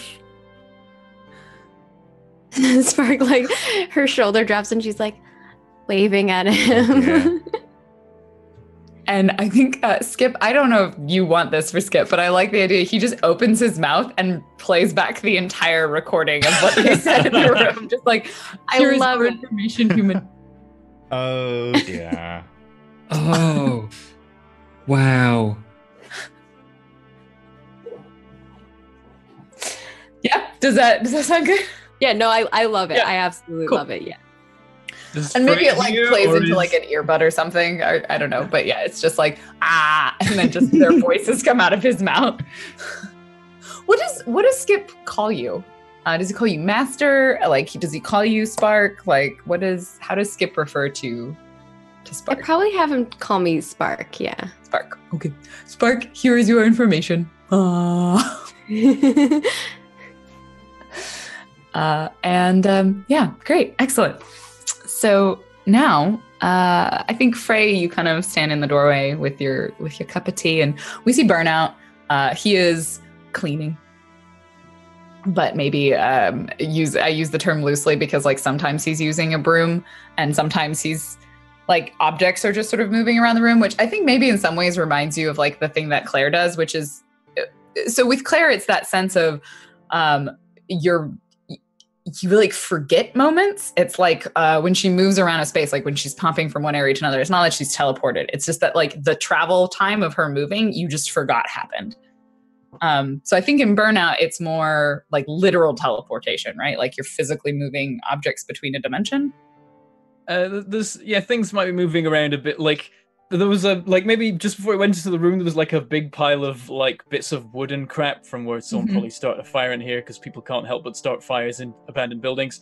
And like he comes back out and it's all gone already, and in a messy pile in the corner instead.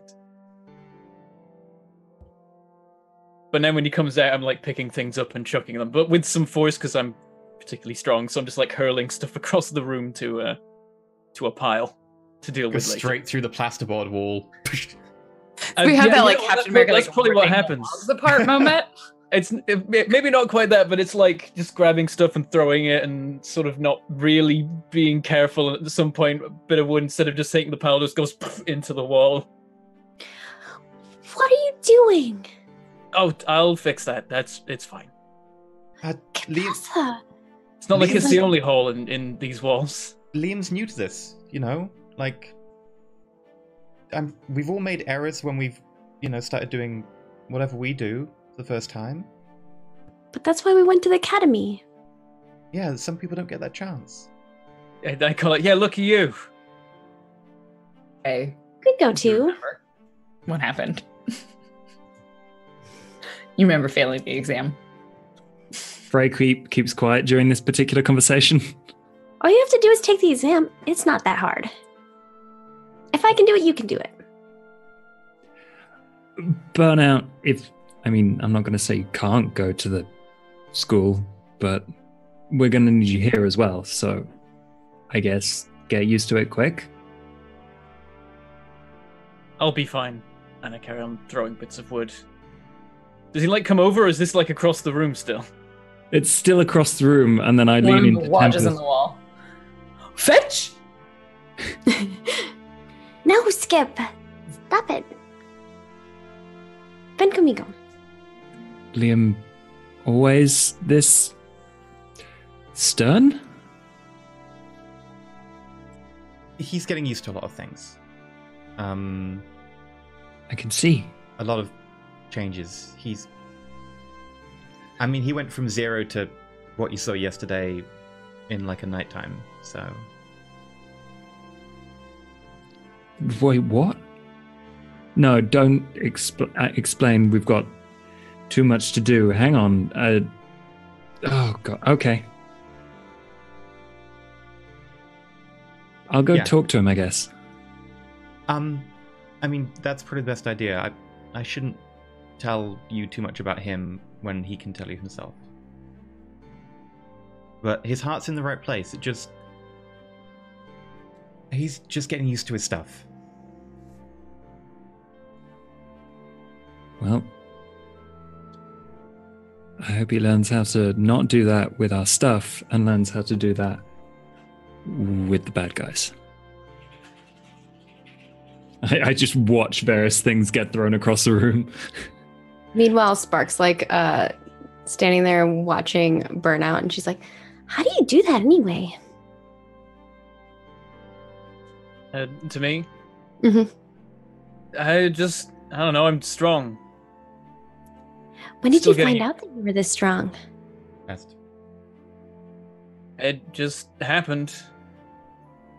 Hmm. It's a long story. Well, it's a short story, but it's a complicated story. I want to hear it. I'll tell you another time. Everyone always tells me another time. What? We've got more important things to worry about. It doesn't matter. Yeah, like our things, because you keep throwing them into the wall. It's fine. I'll clear it up later. No bueno. Here, I'll let Skip help you. Okay. All right, play fetch. Fetch the stuff from that pile and put it over there. Okay. Skip runs around. He's very happy to be helping. Do you want to go over there? And Spark walks away. Frey, were you going over to talk to Burnout? If not, we can also kind of cut to Spark for a little while and what she's working on. Let's do that. Whenever Burnout wants to chat. Yeah, I think Frey you will should be talk to wants you Burnout. to chat to Burnout.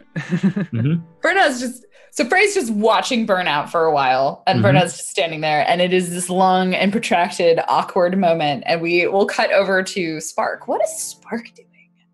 We see like kind of maybe a workbench of some kind. Yeah, she's on a workbench and she's putting together. There's like all these like white pieces of like plastics and metals, and she's spray painting them, and she's putting together like little gears and bobs, and it just kind of looks like she's building something. And you kind of see like this assembly line happening where she goes to like one side and she keeps going, and like by the end of it, she has 4 little boxes with something inside them. Nice. You like decorate, like put a bow or anything on the boxes, like. Oh yeah, the boxes are all pink and they have a blue bow, and there's like and the bow is like sparkly. It's got like that sparkly fabric to the bow. Yes. Yeah. And you're prepared. We cut back to Frey still watching Burnout. Skip will come over to Burnout. You are still being watched by this one. I turn and look at Frey, just across the room. Frey looks away, like, Miranda's gonna like walk up to them and just like grab Casper by the upper arm and just walk him over to Liam. So, you haven't been properly introduced, I guess. Casper, Liam, Casper. Hi, nice to see you in a less violent setting, I guess. And I hold out a hand. yeah, same to you. Casper and me had this really amusing case a while back with this villain who was calling himself Almond Man. Yeah, I never did figure out what powers. He turned into an almond. Terrible villain name. That's why he ran to the nut aisle. Oh. There was that one bag of nuts that was open. I just thought it was coincidence. I think you almost ate him. I get snacky. He does. If we're ever going like on watch or anything, you have to bring extra snacks for him. But yeah, you should, get to know each other if you're going to work together. I've got to go help Spark with the Sure. Yeah. glitter. Okay. Yeah, there's important glitter to be done. So yeah, you have fun. Charlotte, just run away. Glitter. Right. Well, she is very sparkly. Liam. So, I guess you're in charge here. This is your team. I think so. Yeah. Yes. Right. And I look around at where we are, the piles of craft, and I'm like, this wasn't what I was expecting from being in a superhero team. I guess they don't show you the bits that aren't glamorous. I suppose not. When do we actually do anything? Well, at some point, I guess we'll get either... I'm not sure. There's a police scanner in my room. That's it. A police scanner. I can also access some of... Yeah, like Claire has a system. Claire also is Claire. So she tends to be like, there's a problem, and then just like took you somewhere. Yeah. But you know that she does have like a system that you are allowed access to. That Spark you've probably discovered through looking through the terminal, and that's likely what you've incorporated into what's in the box. Yeah, that's what the gift is going to be. Yeah. I'm supposed to have some access to Clairvoyance's stuff, but I don't know where that went. Okay, so till we work all that stuff out, I'm just on cleaning duty. At least we get our own corners. Great. I don't know how any of this works. You might have heard that I'm new to this. I didn't go to superhero school or have special training by anybody, so I'm gonna need Academy. Knowing, that I didn't go there, so this is all just. I'm here to do some fighting, save the day stuff. Right. Why I turned up yesterday. That's fair enough. Fighting isn't always required. But I guess when it comes to it, it will be useful. Just follow my lead. I'll make sure that you have everything you need to get the job done. All right, I'm just hoping that we get something to do soon. I mean, I don't want there to be any danger, but there probably is already somewhere to be dealt with. That's sort of what I was thinking, and not just sweeping. Well, if you want to set up Miranda's police scanner, you're welcome to. You seem a little on edge, though. It's just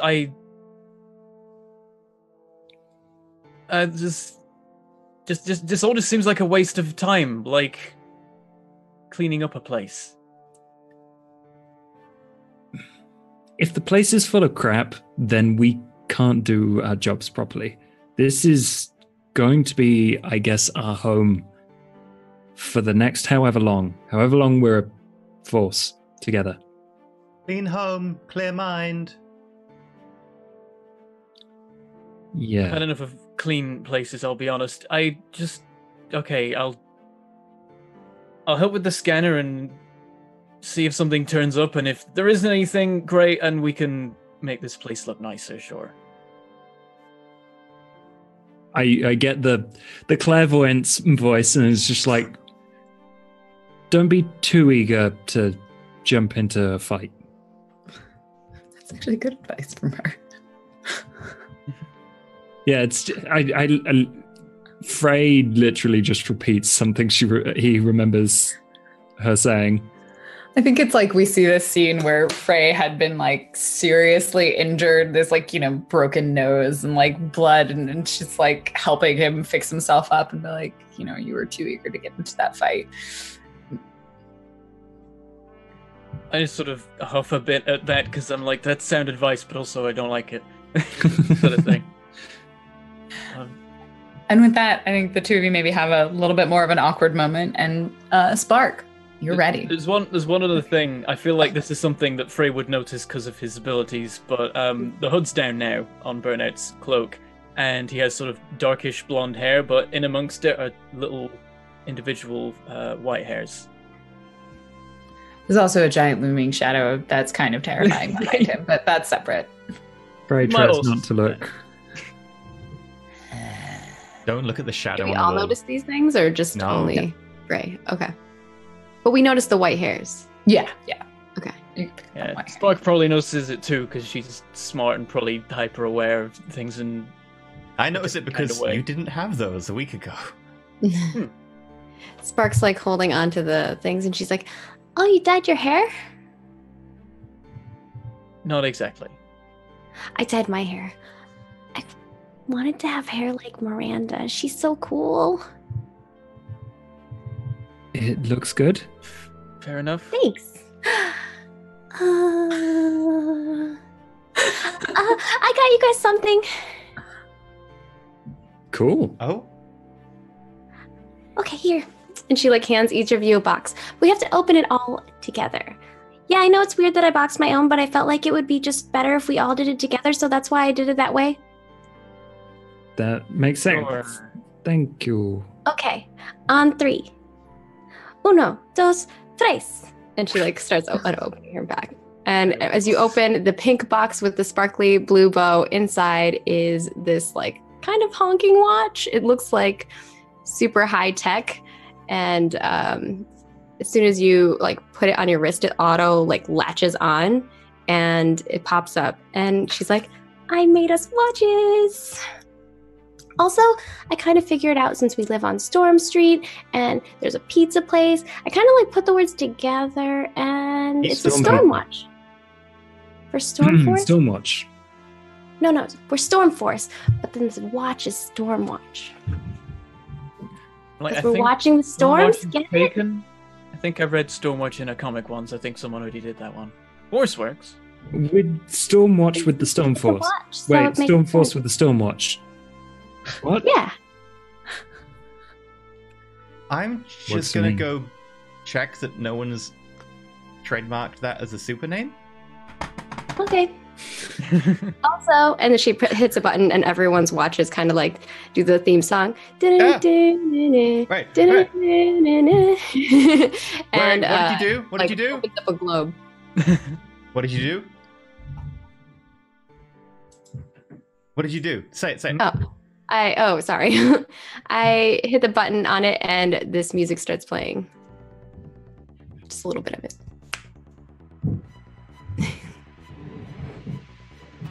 So whenever you hear that, that means we have a mission. And I kind of had it so that there's like a little globe and it tells you where it is, so you can easily find it. Oh, also, I put in different options. So if you want to fly there, if you want to ride your bike there, or if you want to use a minivan, there's a lot of different options. So you can choose your different options and it'll tell you your estimated time of arrival.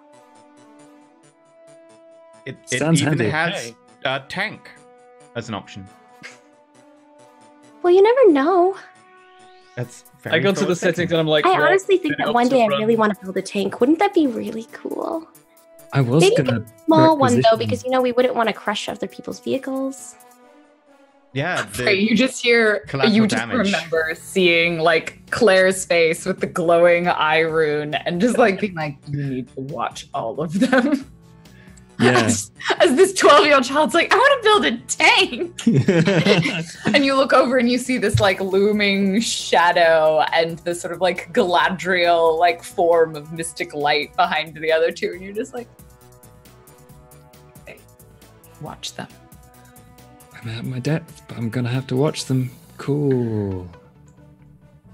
You okay, Casper? You're doing that like stare again. I think that's a good place for us to take a break. As the team stands there with their brand new superhero watches that can track trouble. It's just like, it's always just pointing at you. It's just your nearest trouble, you. And Casper's is just spinning around constantly, all three of us. Yeah.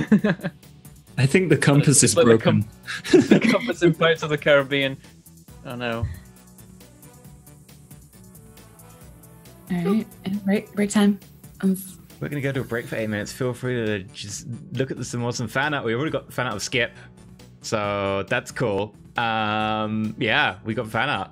It was posted in the mass chat in the Discord. So thank you very much. We'll be back in a bit, and we'll continue the second half. So see you in a minute. Bye.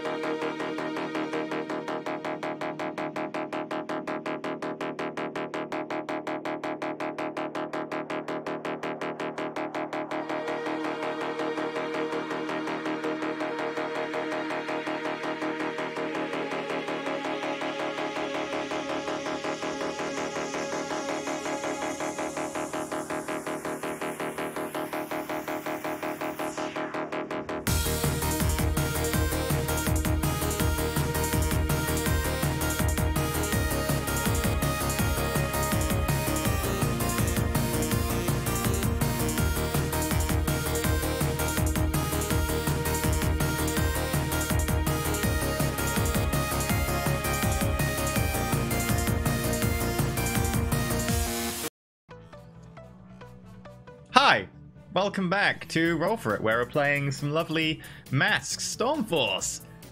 We've had the first part, now take it away. Oh, already? Oh, okay. So welcome back. Oh God, I'm not. We want to get into it. We're so excited. I'm not firing on all cylinders. Okay.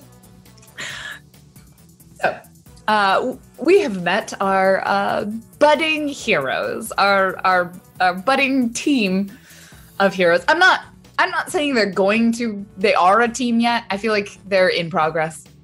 They're working on it, but we've got matching watches. We're so they now have matching watches that are connected into the system that clairvoyance phrase enigmatic mentor has access to, which you're not really sure like where she gets it from, because most of the time she just like, there's going to be a problem here at this time, meet me there. I'm pretty sure she just clairvoyantly knows ahead of time and just puts them in a database and just calls us 5 minutes ahead of time. Probably, yeah. It's something like that. She like created some sort of system. Maybe she's worked with someone in the past that like can pull the information, so she just doesn't have to update it manually. It's like some sort of auto system. Interesting. You know, she worked in a team once, and we don't know what that team was. We know at least one of them turned into a villain because backstory. Who knows? Maybe Claire's the villain. What? Oh no, she already knows what we're doing. Fun fact, your playbook's not the protege. It's like the scion or whatever. Yeah. So we've met our budding group of heroes, and they have they've been working a little bit on their base, getting their sort of like location set up. And right now it mostly just looks like a large sort of empty kind of warehouse loft space. There's always this pervasive smell of, I think, so there's definitely like a pizza parlor downstairs, like a pizza restaurant. I think there's probably also like a kebab shop and like a Chinese takeout. And so like, and the smell in the loft is always this weird mix of all of these foods that's like both appealing, but also kind of gross at the same time. And so we see this kind of a little bit dilapidated. It looks a lot cleaner than it did when we first arrived. The piles of garbage have kind of been moved into the corner. Maybe a couple of pieces of furniture, like you have a table and some folding chairs. I brought the whiteboard. You have a whiteboard. And the windows, even though there's still this kind of glass, some of them are maybe boarded up. I think you also, like Miranda, maybe when you kind of look at them out of the corner of your eye, you almost see like sort of strange runes or symbols like floating over them in kind of, it's like a bluish indigo, right? That's what her power color is. Yeah.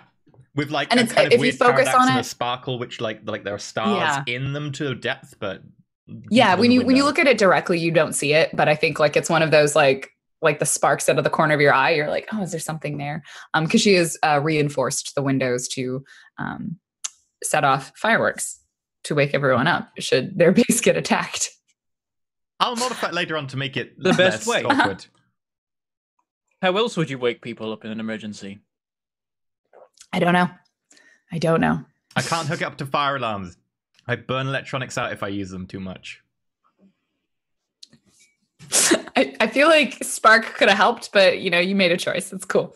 And speaking of Spark, our young engineer has created this set of watches. So I think all of you are wearing them, and maybe you're not all at the base right now. It's been like a day or so, a couple of days since you sort of started setting all of this up. Like you didn't make any of these things overnight.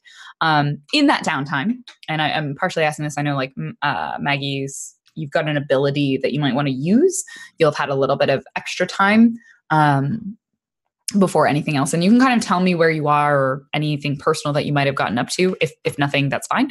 And we'll jump to the sound, the da-da-da-da-da, da-da-da-da-da. We need a button for it. Yeah. But just that section, just the like. We need to get that melody. I can do that in future and I'll put it on my soundboard. Mm-hmm. Yeah. You got to add it to your soundboard, so perfect. it's just a little bit. Yeah, make it in little MIDI. I'll ask Peachy if he can make us a quick MIDI of it. Oh yeah, like make it like it's like almost like a digital like version of... sort of. Yeah. Oh, I love it. I bet you we could get Peachy to do that. I'm at the base because I either live at my apartment or at the base, and both of them I live alone, so I don't mind living at the base of maybe having a few more people coming in now. Okay. So you're kind of hunkered down in the base. I will use my always prepared ability, which is Yeah. I always have a chance to restock my supplies. So I'm just gonna like restock my toss a bunch of stuff in my bag, and I always just have that ready for whenever our next mission is. It's like my mission bag. And people were asking what Spark's backpack looks like.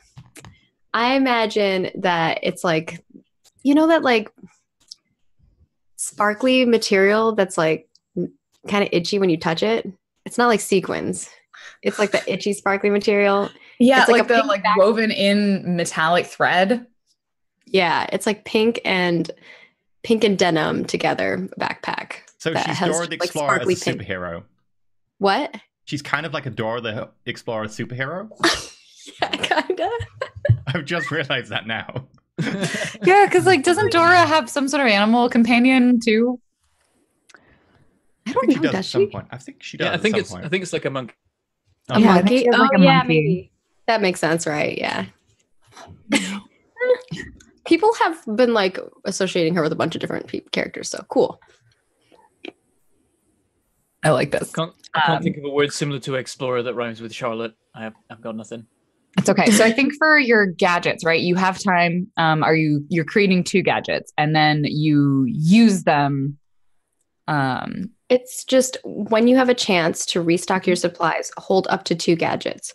When you unleash your powers by producing a brand new minor invention or gadget from your supply, spend 1 gadget and roll plus superior. When you reach 0 gadgets, make a marker condition. So I can choose at the time what the gadget is, but I have to superior to see how good the gadget actually is. Yeah, flashback to you making a spider bot that has a camera or whatever. Yeah, cool. Perfect. Exactly. That's what I thought it was. It's like here's this thing that I made earlier that's appropriate to this situation. So we see Spark, like we don't ever see exactly what it is that she's making, but kind of like hunched over, with goggles on maybe while like welding something and like creating a thing. And then we kind of it depends on what the gadget is, I think. Yeah. So yeah.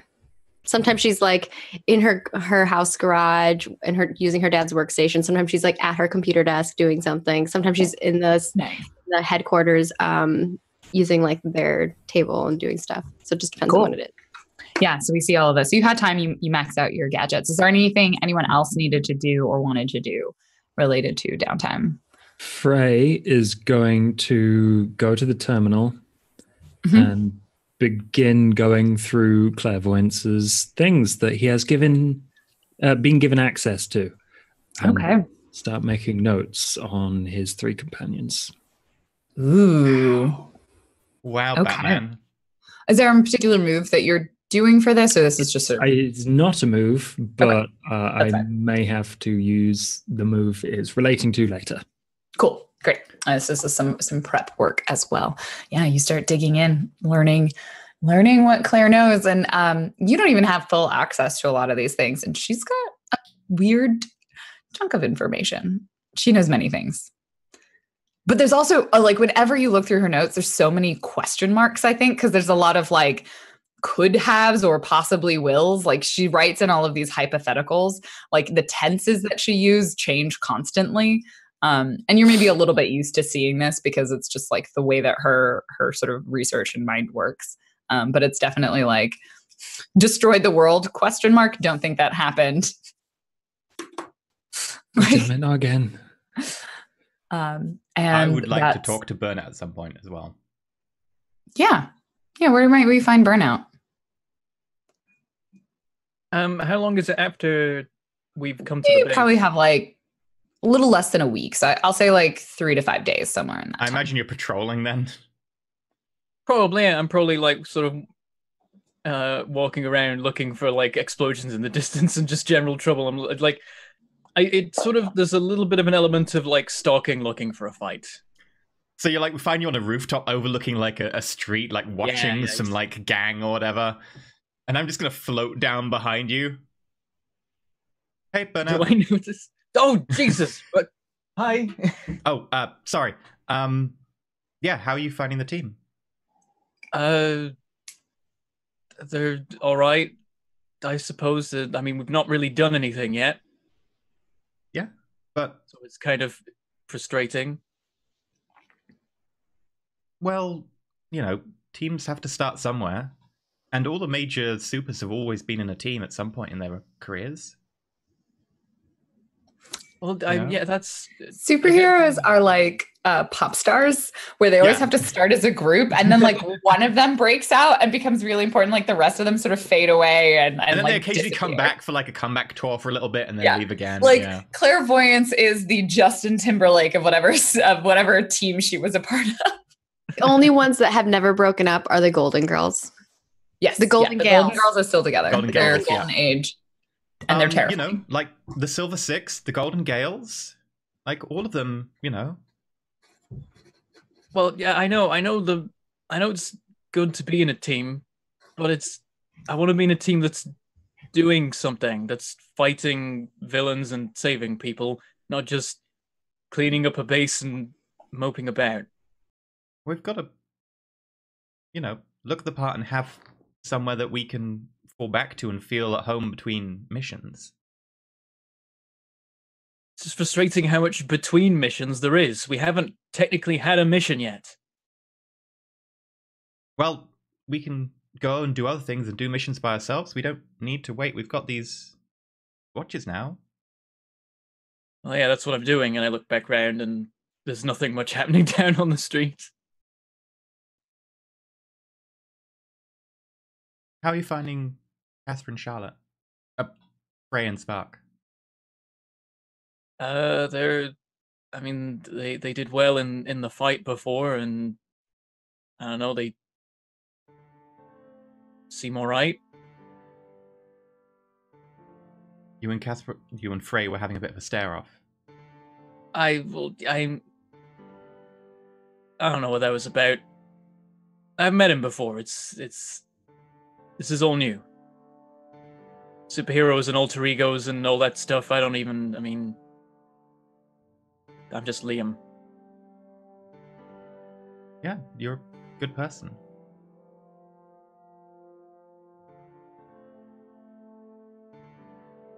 Being just Liam is enough. I know. It's the name's just because you're supposed to have a name. We'll see how it goes. We'll see. I guess something is going to come up at some point, and then we'll see how the team works as a team. You don't need superpowers to be a super person. Yeah, but it helps. I wasn't exactly fighting crime and beating up bad guys before this happened. True. Now I might as well. What else am I going to do? I still think, there might be a way out of this. I don't see it. Well, and it's only been, a couple of weeks.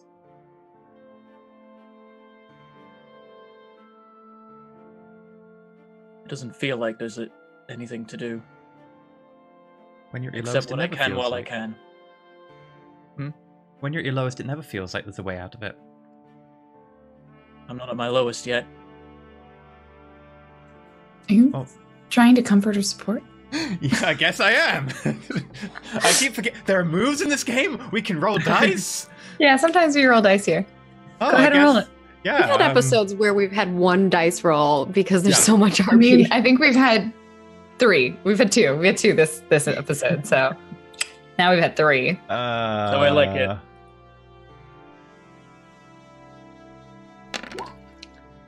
Yeah, it's a miss. Oh no. That's rough. I'm not good at it. Oh, poor Burnout. He's and a like minus already 1. so emo. Burnout?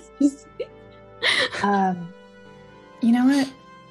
Miranda doesn't understand. You have, she's had her powers her whole life. Yeah, she causes collateral damage. Sure. But for you, the consequences are very personal. And you don't think there's a way out. So I'd like you to mark the condition hopeless. All right. And I just throw back. You don't see what I see. All I can do is tell you how this works. I'm telling you, it doesn't for me. Okay. But in the meantime, I can do this, which hopefully involves more than sitting around on a roof watching people just walk about. Well, I hope you don't hold it against me, but I'm not going to lose faith in you. Okay? I'm not going to stop looking. Thanks, I guess. Cool. I'm going to hug Liam. Okay. Yeah. Embrace him, and he may not reciprocate particularly fondly. It's probably I put like one arm, and I'm like, sure, we're in a hug now, I guess. If we have to. Miranda, don't forget to mark potential for failing your roll. Yeah. Yeah, and I'm real sorry. Conditions are often consequences of failed rolls. Oh, I'm gonna collect him. It's gonna be great. I mean, Yeah, I kind of feel good. he was hopeless already, so... Yeah, this seems this dramatically. is Potential or clarifies it. for fails or successes and stuff. Huh? How Not do you always. do Sometimes I'll do a different thing. Like if you fail a roll, it normally means that there's some sort of negative consequence, and sometimes it might be a condition. I meant like in regards to the potential and advancement stuff. How does that work? Tempest got one. So whenever you fail a roll, you always mark potential in the system, and when you reach 5 potential, you can take an advancement. I just wanted the viewers to understand. Yes. Oh, thank you. Yeah. So we never, in this system, like most Powered by the Apocalypse systems, when you fail a roll, you mark experience, or in this case, they call it potential. When you reach 5 potential, you can exchange those 5 for an advancement, and every playbook has different advancements for their character. And it's things like adding a new move from either their playbook or a different playbook, fixing stats, because in this system, their stats can move up and down. So they're not actually fixed in a specific number. They can change over the course of the game. They might shift up or shift down based on interactions with other characters or their actions in general. So we fade out on this sort of lackluster side hug between Burnout and Miranda. And I think we come back. Was there anything Frey wanted to do? No, we already talked about the other two. So I think we'll come back to the next day sometime, and it's like maybe 10 a.m. A little past rush hour, and all of you will hear the sound coming from your watches, the da-da-da-da-da, da-da-da-da-da. And it pops up with like a little sort of like, it probably blinks like a little red light or something to indicate that there is a mission that requires, a mission requires your attention. Please proceed to the starting location. I hit the button. Whoop. The hologram comes up. What does it look like? A location pops up that looks like a sort of skyscraper in the kind of downtown-ish area, a relatively tall building that you would recognize as probably some sort of like office suite maybe of some kind. And it reads out with a little bit of information that there's currently, there has been an explosion of some kind, some sort of damage has occurred or has been sustained by the building. They're kind of trying to evacuate right now, but there seems to be some sort of threat in that area. Okay. I don't know if you're all at the base or maybe you're all somewhere. But Frey would be at the base, but I don't know about everyone else. Casper, is your watch doing a thing? Yeah, I don't know how to get rid of this hologram. It's getting pretty big now. Let's just go. I'm probably out about and on a street nearby, just like walking around, and then that goes off, and I'm like, "Oh, it's time!" And I'm just gonna like just sit off at a sprint. Okay. You said it was 10 a.m.? Yeah, it's around 10 a.m. Kind of a little past rush hour. But when a lot of people would probably be in an office building. Okay. I think Spark's probably eating breakfast with her family, and her phone goes off, or her watch goes off. I need to go. Watch? Did you get an Apple Watch, dear? Or? No, Mama, it's... Miranda gave it to me. It's a friendship bracelet gift. Your mom looks very suspicious. What do your parents look like? Ooh, okay. So my Said mom. you're mixed race, and so I don't know who's which. Yeah, which. my mom is Esmeralda Fisher, and she is like kind of this lovely Hispanic-looking woman who has brown eyes, and she always has her hair up really nicely, and she's wearing like kind of a lab coat of some sort. It looks like she works at a hospital. It looks like, and my father, he is like kind of an average-looking American man. He's got like brown hair. And brown eyes, and he's kind of just eating his breakfast, and he has just like kind of like just a nice shirt and jeans on. He's a professor, so he's average looking. He has brown hair and brown eyes. He's Clairvoyance! It's a conspiracy. And I'm like, adios, mama, and I give her like a kiss, and I'm like, see you later, papa, and I give him a kiss, and I grab my backpack and I like book it out the door, and then I like open the door again. I'm like, Skip. Boom! He bounds down the stairs. I think he like grabs like some toast off of the table, and your mom is like, "Hey!" She just like starts muttering to herself as Skip like piece of toast in his mouth comes out the door and is like, and we like book it onto my bike and zoomed. I pop it up and I see the hologram come up, and I'm like, oi, and I hit the button for the bike and we go flying down the road. Vroom, vroom, vroom. All right. So Frey, not Frey, Casper, same fucking character, Burnout. Which one of me do you want? Neither of you. I want Burnout. Oh, well, I know that feeling. Burnout and Spark are tearing their way there. And I think for this, here's the thing. I don't need you necessarily to make a roll, but I kind of want to roll to see who gets there first. So let's just go ahead and do a flat 2d6 between you, and then one of Miranda or Frey can roll. So we'll just see which teams show up, which groups show up first to the location. This isn't so much a power ability. If Frey doesn't want to be carried, I'll fly ahead without him. How does Frey get there? Frey checks for the vehicle he requisitioned, finds it's not there, and is like, okay, fine. This one more time, I will let you carry me. Miranda doesn't normally fly like horizontal. She normally flies fairly vertical, so she'll just carry you like Superman style. Mm-hmm. Let's get to it. Spark's gonna love that. All right, so based off of that, Frey and Miranda will roll up first or fly up first. Then the Spark will be on the scene, and Burnout will. Burnout, you were like across the city, like you were. I feel like this was the same situation that happened the first time we did a mission. Yeah, it's like I'm on foot, everyone else isn't. I'm still fast though. It's like I imagine that on like the GPS thing, it's set to like at a walk. It will take, I don't know, run, no sprint. It's got a thing called speed walk, and you're like, oh, that's what I want. But actually, speed walking is just like. Yeah, I turn it up to sprint, and then I like change the settings of sprint to make it quicker because he moves fast. Excellent. So you're charging your way across the town. So Frey, I'm a little sad because I kind of wanted Spark to get there first so that she could see Frey being carried by Miranda because I'm a gremlin for trouble. I know, but I'm glad I rolled high. Oh, I like that you have a Bastion scarf. Oh yeah. So you show up. Miranda, you are holding Frey in his arms, and I assume you're kind of like flying over this building. And when you take a look at it, you see something is on the side of the building. You're not really sure exactly what's going on. But if you would like, you could assess the situation.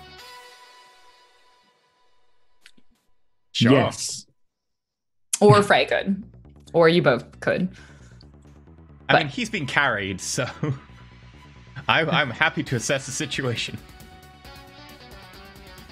Okay. Can you assess the situation, though? Doing so well today. Tempest, you can't tell what's going on. Like, maybe Frey is in your way. You're kind of a little bit far away. Mark potential. And you have no idea what's going on, so you will not necessarily get to react first. Let's see. Is there anything in particular, Frey, you're going to do when you get to the scene? When Frey gets to the scene, he's going to say, Tempest, drop us on a rooftop. We need a good vantage point. I'll drop us on the rooftop for the building we're meant to go to. It's got something on the side. So as you are flying over this rooftop, something, and you're not sure what it is because you couldn't really see what it is, starts hurtling at you from the building. What do you do? Like some large object is moving quickly towards you at a pretty rapid speed.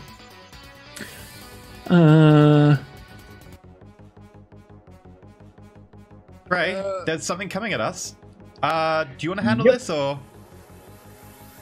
I think we need to stop it because I don't want to get told off again. No more collateral damage. Okay, let's go. It's coming towards you. What do? Frey dodge rolls and hopes that Tempest... You are in the air still. This is before Tempest brings you down.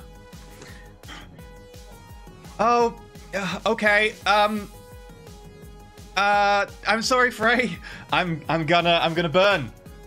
Okay, roll your burn. So what does this do? What do you do? This is your playbook's sort of particular abilities. So when she's flying, she's got like this like blue flame like around her ankle and feet. It's very minor, kind of like a Captain Marvel like energy, but kind of in a vaguely like light blue. At this point, she's going to like turn on her powers full blast. And this allows me to burn. When you charge your powers, roll plus conditions you currently have marked. I have no conditions. On a hit, hold 3 burn. On a 7 to 9, mark condition. On a miss, hold 2 burn and mark 3 conditions. And then you can spend your burn on flares as a Nova. That's the primary purpose of the Nova's ability. So I'm going to roll. Oh, that's really dangerous because if you have a condition and you fail, you mark 3 conditions, so you'll be out of the scene. If you have 2 and you roll 3, because you've got to have 2 already to... Yeah, it's 5. Sorry, 5. Yeah. Yeah, it's a lot about during downtime, they want you to use your team moves and really like motivate and help each other. Mm-hmm. Although my character's team move is... So I take 3 conditions. Unless I use team. Oh, yeah. You should use team. Currently 1 point of team. I think... we are actually entering into a dangerous situation, but I'll say if you want to use this 1 point of team, then we'll add to the pool after this. Well, when we I'm going to point out, you can only increase it by +1, so there's no way you can make that not a miss with team. I can make it 7, right? 7's not a miss. 7's a hit. You only have 1 point of team. You rolled a... Oh, you rolled a 6. Sorry, I was looking at the wrong. Yeah, she rolled a 6. The 3 was for the previous looking around, which did not go well. Frey would have to be able to help you with this. Frey is the only one there. Frey can help. How does Frey help Miranda charge up her powers? What if I hit the building? So I hear the uncertainty in Miranda's voice, and I just grab her by the chin, look her in the eye, just like, don't worry about that. Focus on the thing hurtling towards us. Your powers will work. Okay. And I get a 7, which means that I, on a hit, hold 3 burn. I hold 3 burn. 1, 2, 3. But I mark condition. Okay. I think insecure probably makes sense in this situation. Yep, that is exactly what I was thinking. Cool. And as it hurls towards us, I am going to use one of my flares. I'm going to go for the brute force approach. I'm going to use... is it shielding? You can put a fast protective field. No. Which one is it? Moat. Create a burn to create a barrier that will hold back a threat as long as you keep your attention on it. I'm just going to like put up a blue force field that's kind of translucent and shimmers, made of energy in midair between us. And I'm Which hold it burns do you have? Moat, move, shielding, reality storm. Okay, they're not on your... They are? On your sheet. Oh, there's your burns. You have them listed as passive moves. Okay, I got confused. Some of them are passive. They don't require rolls. Okay, so with Moat, spend 1 burn to create a barrier that will hold back threat as long as you keep your attention on it. Okay. I will allow you to do that. So what does it look like? So at this point, like, as Frey, like, looks into my eyes, I say okay, and at that point, like, blue, like, energy just bursts from her eyes, which go an incandescent white with just blue around it. Her arms go blue from, like, the elbows up, and the flame on her leg now extends, like, properly from the knee, rather than just the ankle. And she just gestures with one hand while holding Casper, probably a little bit tighter towards her, which is not meant intentionally, but she has to take a hand away, and gestures towards whatever's hurtling, and this kind of force field about 30 meters in diameter just appears in between the two, and it's rippling energy that just stops anything hitting it. So you see multiple things start hitting it, and they basically, from what you can tell, it's these sort of like molten chunks of rock, almost like something is lobbing masses of lava or some sort of like molten material at you, and it's just like smacking up against this barrier as you hold this barrier in place, I guess with one hand, and Frey in your other arm. Frey, what do you do? Is it possible for me to swing down or jump down onto something from here? Yeah, but I'm gonna get you to unleash your not unleash. Oh, yeah. I think from here you can. You don't need to. You don't need to roll anything. Let me just get you a bit closer to the building. Also, we are now officially entering into a situation against a dangerous foe. So we add 2 to the team pool. And +1 if I am the leader, which I'm going to say I am. So here's the question. Who is the leader? Frey votes for Frey. Frey says Frey is the leader. Does everyone agree that Frey is the leader? I agree that Frey's the leader for now. Yeah. Sure. Cool. Sure. Cool. So much help. So Proved you have himself 3 to be effective or not effective. So I'll let him like do that. Do you have, Frey, do you have influence over everyone in the group? Yes, I do. All right, you add another, so you're 4 team. Does everyone have the same purpose in this fight? Do you want to update the... Stop bad guys, save people. I am. I'm going to wait until it's done. It's set 4 right now. Does everyone have the same what? Purpose in this fight. My purpose is to protect people and stop the bad guys. Yeah, I feel like it's different purposes. Frey's purpose is to figure out why the bad guy's here, but I guess nominally stop the bad guy. Okay. And Sparks is, well, when I get in there, is to make sure that we're going, like, coming up with the perfect tactic. Oh boy. Yeah, I'm going to say you don't all have the same goal entering into this. Does any team member mistrust Frey? I adore him, so no. I trust him. I'm still getting used to him being leader, but I don't distrust him, no. I don't mistrust him. Okay. So for those who don't know, we're going down the list. So team is a mechanic in this game where as a group, essentially they can spend it to assist another player and add +1 to their roll. And they do it after rolling. So that's why, for example, Tempest could spend, Frey could spend 1 team to help Tempest to increase that miss from a 6 to a 7.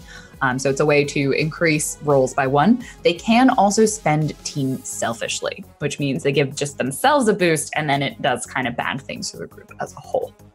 And so team is kind of like a bonus mechanic. And every time they enter against a dangerous opponent, we figure out how much team they start with. And then every so often that team number will get reset. Kind of basically after they have any downtime, that number resets. So whatever was used is lost and it goes back down to 1. And then if your team is ill-prepared or off balance. Yeah. Yeah, I'm going to remove a team. Your thing is still on E. Your modulator. It's meant to be on right now. Now, here's the thing. Frey, you can mark a condition to avoid us losing that point of team. Yeah, go on then. All right. Oh boy. We're going to die first session. What condition do you think Frey takes? I mean, I'm going to go with either, I would say scared or insecure. There's no scared. Is it afraid? Oh, no, scared. Afraid. Afraid. Synonym. Yes. Afraid. Afraid? Hmm. Of what is he afraid? Afraid. Oh, but I'm out. That's so creepy. Frey is afraid of fucking up. Yeah, he is. Okay, so with that, you have 4 team in your pool as you enter in against this dangerous foe. And so we see Miranda kind of holding up this barrier as these lobs of molten lava are getting thrown at it. And Frey, Miranda moves you a little bit closer. You jump out of her arms onto the roof of this skyscraper. And maybe right about then, we decided, Spark, you're gonna scoot up in your scooter. You arrive at street level. And so like we see Frey on the roof, we see Miranda in Tempest in the air, and we see Spark on her little scooter, like pulling up on the side streets, like maybe veering around cars. And you see people like evacuating this building. They're kind of running out of this skyscraper. And she's like, okay. She's like looking around and being like, what? In Spanish. And then she looks up and she sees Tempest and Frey, and she's like, someday I'll be able to fly, and then I can hold him. Oh, anyways, Skip, go up there and see what you can find. And I would like to use Tactical Genius, and so Skip's feet open up, and there's like little rockets, and he goes woo, flying up, and his eyes are gonna shift and change, and he's gonna be like scanning the area. Okay, so what does Tactical Genius do? I will roll it. Do you want me to read it first and then roll? Yeah, go ahead. Okay, so Tactical Genius is when you point out the obvious flaw in a known foe's plan, roll plus Savior. On a hit, you're right, and another teammate of your choice can take advantage. They get +1 ongoing to act on your information. On a 7 to 9, I pick one of the following, and I miss something important, and the GM tells me what. You look like a show-off. Your chosen teammate takes influence over you, and you lose influence over them. Or you make your teammate feel like little more than pawns, and your chosen teammate marks a condition. On a miss, you've played into your enemy's hands. Watch the trap spring. I think in this instance, you're not quite at Tactical Genius. So I'd probably say assess the situation first, because you don't know what the threat is yet. So you can't like point out what's wrong with their plan. Okay, so I can't actually see what's happening. No, but I think I like the idea that you're assessing the situation. So you are sending up Spark with its little rocket feet, and he's going to look around and get you whatever information. So let's roll the with Superior, the assess the situation move. And then once you have more of an idea, we can do the Tactical Genius. Okay, that sounds great. Let's do that. Do I have any? I don't think I get any situational bonuses, right? No. Nope. But you probably have yeah. You are very superior. So we see Spark and Skip, and he's like initiating rocket boots. Like, initiating rocket boots, and he just blasts off into the air, kind of like awkward dog on roller skates. Rocket's bouncing off again. He stabilizes himself in the air. We have Lauren look up tons of videos of dogs on rollerblades because she didn't believe that was a thing. They're really cute, and they're so bad at it. Because I was like, if I have to pick 3 things, one of them has to be rocket boots. So you're going to take +1 while acting on the answers. And you kind of imagine, and there's the list of questions. If there's a different question you would like to ask, feel free. I imagine like you can like see through Spark's eyes. Like, do you have like goggles that kind of relay what Spark's looking at? Or not Spark, Skip. Okay. Sorry, your names are so similar. Yeah, so Spark like plops down her, like a pair of goggles kind of form on her face, and she's looking through through his eyes, and surveying the situation. The questions that I'm going to ask are: I get 1. On a hit, you ask 2. Oh, 2. Okay. Yeah. What's my biggest threat? Yeah. So as you look through Spark's vision, we can do one question and then you can decide if you want to change.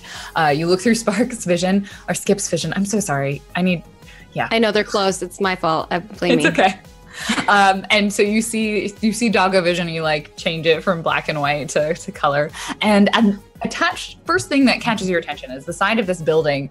there's kind of this big hole in it, but it's not even necessarily like an explosion or a clean hole. It looks like something has melted the building. So you see these sort of twisted iron girders, and the glass like has shattered. And then you see kind of as that vision settles and like a good chunk of the corner of this building has been melted, you see a creature that can best be described as like one of those rock monsters from Breath of the Wild. Like the big, like sort of lava boulder, and it's just like made out of lava. It is quite large, and it's like clinging to the side of the building, but wherever it touches, it's starting to melt. And right now, it's creating these like out of its hand, it's just lobbing these molten balls of rock lava at Tempest, who is up in the air with her barrier up. Skip, zoom in on that. And my next question is going to be, what should I be on the lookout for? You see, one, there are people clearly evacuating the building. This creature seems to be quite dangerous. Whatever it is able to lob projectiles. And it seems to be destroying the building. And so you probably are able to see that there's some structural damage. Like you're not sure how stable portions of this building are. So whoever might be stuck inside could be in trouble. Okay. I guess that's when I would use Tactical Genius to figure out the obvious thought. Let's start with you. Already have a +1 for acting on either of those answers. And let's see if anyone else is going to do anything. Are you going to communicate? Okay, I'll relay that to them then. I'm going to hit another button that it's basically like, it has like a little speaker icon, and then I hit that on my watch, and I'm like, it looks like there's some kind of rock lava monster. I think there's someone in there, though. And I kind of project what I'm seeing in the hologram for everybody. Mm-hmm. Right.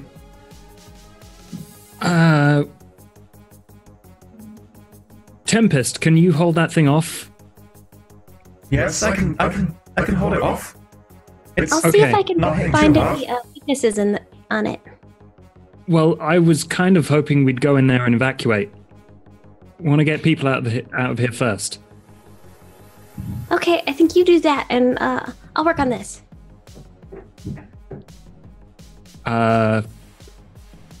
You're not coming with me? I can. I don't have, super strength. We just need to get people out fast. I don't want you directly engaging that thing. All right, I'll see what I can do. I pop back on my scooter. Yeah, my bike. Frey parkours down. Where's Frey planning on getting inside? You're on the roof, so there's probably some sort of roof access. You could go down through the building, or I guess you could winch yourself down the side. Where's your goal to get to? Frey is going to get in through the nearest hole in the building because that's probably where people are hurt or trapped. Okay, so the nearest hole in the building is the one that the creature has melted. So it's pretty close to it. Okay. All right. It doesn't sound dangerous at all. So Frey, you begin winching yourself down, maybe because it's a skyscraper, right? So we're kind of looking at glass-sided buildings, and you don't have grippy hands of any kind, right? No. So what does this look like as you make your way down to what is essentially molten slag opening into the side of the building? And if you look, and Spark would have definitely seen this, there are signs that this creature has been climbing up the building to this specific spot, and now it's kind of melted this big hole. But you can see melt marks that were where it was climbing up the side of the building. And it's probably 15 feet tall.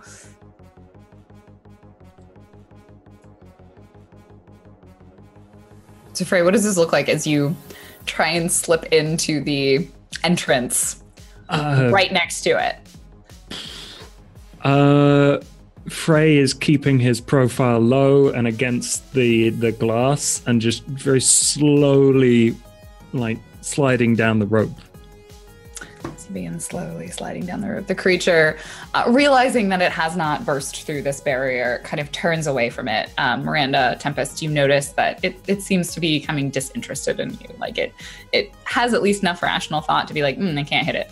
And it kind of turns, and we see it turn and look as Frey, you're just like dangling kind of right next to it, and it's just going to reach out and try and clobber you. I'm going to use Shielding Flare. Okay. You call up a fast plate field to stop a danger. Spend 1 bird to defend someone else from an immediate threat, rolling 3 considered savior. All right. Roll defend. Good that you're here. That is a hit! With Nice. a 9. 9. Or a 9. So with 9 on defend, you expose yourself to danger or escalate the situation, but you do keep them safe. And then choose one of the 3 options. I feel it's obvious that I expose myself to danger, because to do that I have to drop the barrier in front of me, so I switch my focus over, and as it turns to swing at him, I effectively just hold up my hand, and you see energy just sheathe around his fist as it hits him, and stops and pushes the monster back into the side of the wall, but the monster realizes suddenly that my barrier is dropped. Yeah. And so of the other 4, are you going to add team to the pool, take influence over Frey, or clear a condition? I don't want influence over Frey. I'll clear a condition. I'll clear insecure. Okay. You're feeling more confident in yourself. Frey, you see this sort of blue shimmering shield pop up as the creature slams into it, and it sort of lets out this almost kind of molten snarl. And I'm going to need you to take a powerful blow, Miranda, as it unleashes another lob at you, and you dropped your barrier to protect Frey. That's nasty. Take a powerful blow. Where's the button for that? I think it's just flat 2d6 you roll. Yeah, it's 2d6 plus conditions. So there's a plus conditions on, I think, somewhere. Conditions. Yeah, take a powerful blow. Yep. That is 7. So on a 7, choose one. You lash out verbally, provoke a teammate into a foolhardy action, or take advantage of your influence to inflict a condition. Give ground, your opposition gets an opportunity, or you struggle past the pain and mark 2. I think I give ground. I am about to get hit, and I cross my arms in front of it at the last moment to make a shield, but it's just so last minute I get pushed back and knocked 200 feet away. Yeah, you sort of fly away. So you're going to be out for a moment. You're not going to be able to help them as you make your way back. Frey, however, you can use this opportunity to hurry into the building through this melted hole, because you see the rope that you're climbing down is starting to sort of singe and melt a little bit as it gets in contact with this molten metal that is around the edge of the building. Is the rope starting to fray? It is starting to fray. And right about then, Burnout. You finally roll into the scene. Are you rooftop, ground level? It's probably ground level, dodging around people and telling them to just keep running opposite direction to me. Yeah, I'm gonna run and say, do we need the thing distracting, or is it handled? I think you run right up next to Spark. I think Miranda Tempest is distracting them. Frey wants us to try to get the people. Does Tempest look like she's distracting? You see an explosion hit Miranda from your point of view, and then Miranda goes, whee! Yep. I think we might need help with me containing this. Yeah, maybe she does need help. Yeah, Miranda's blasting off again! Or Tempest? I try to call her on the... I'm okay. I need to just, get stable. Just falling end over end. I'm gonna run away from Spark, get some clearance, and then shout up, saying, "Hey, hothead, over here!" And it kind of turns towards you in its large, monstrous sort of lava form, looks down on you from its, it's probably on the 15th floor, if not slightly higher. And I just is he attempting to provoke someone susceptible to his words? Yeah, are you trying to do that? Yeah, I suppose that's what I'm doing if that's what you use against enemies. That's if you really want to get it to attack you, but I'm gonna be real, it's probably gonna attack you anyway. Okay, if it's already going for me, I'll spend my time trying to I guess defend from it, or it might Let me see. Yeah, what do you do as it turns towards you? In this instance, you could directly engage a threat. That'd probably be the simplest. Unless you want to do something really dramatic, then you could unleash your powers. It'll be defend, I think. Like, so defend is only something when someone else is going to be hurt. You can't defend yourself. Okay. If you want to engage. resist or avoid their blows, that would be directly engaging a threat. It'll be directly engage. I want to keep it busy. Okay, so how do you provoke it with actions? If it doesn't just start shooting at me anyway, then I'm gonna look for something heavy close to me.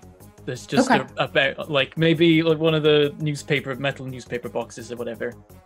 So you kind of grab one of those and then you're gonna like lob it at it. Well, I see that and I just reach out to it and attempt to just teleport it so that it appears above their head and lands on them.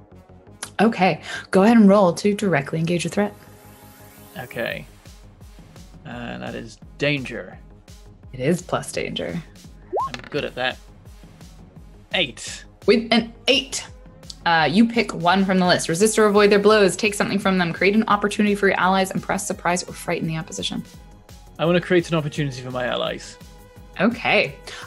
So you are, and that totally fits. You're kind of engaging it and really making it like focus on you as you start hurling things at it, and it sort of like screams a little bit. I think it might even slide a little bit down the building, kind of melt this bigger hole in the side of the skyscraper, and then it just starts firing at you. It's more that I'm like looking around, and then I just reach out an arm as if I'm like force grabbing something, and then I reach out another, and it disappears from one and appears like out above the creature and lands on it. And I just keep doing that with various things, just like moving stuff around. And it's sort of kind of doing this half distracted where it's like trying to deal with the things that you're throwing at it. But it's also like it's hurtling these fireballs at you. With that, Frey, I want to teleport some fireballs, like flip them around and send them back. That might be a little bit more of an unleashing your powers move. Probably. So come back to you in a moment. Frey and Spark, what are you doing? You can go first. Okay.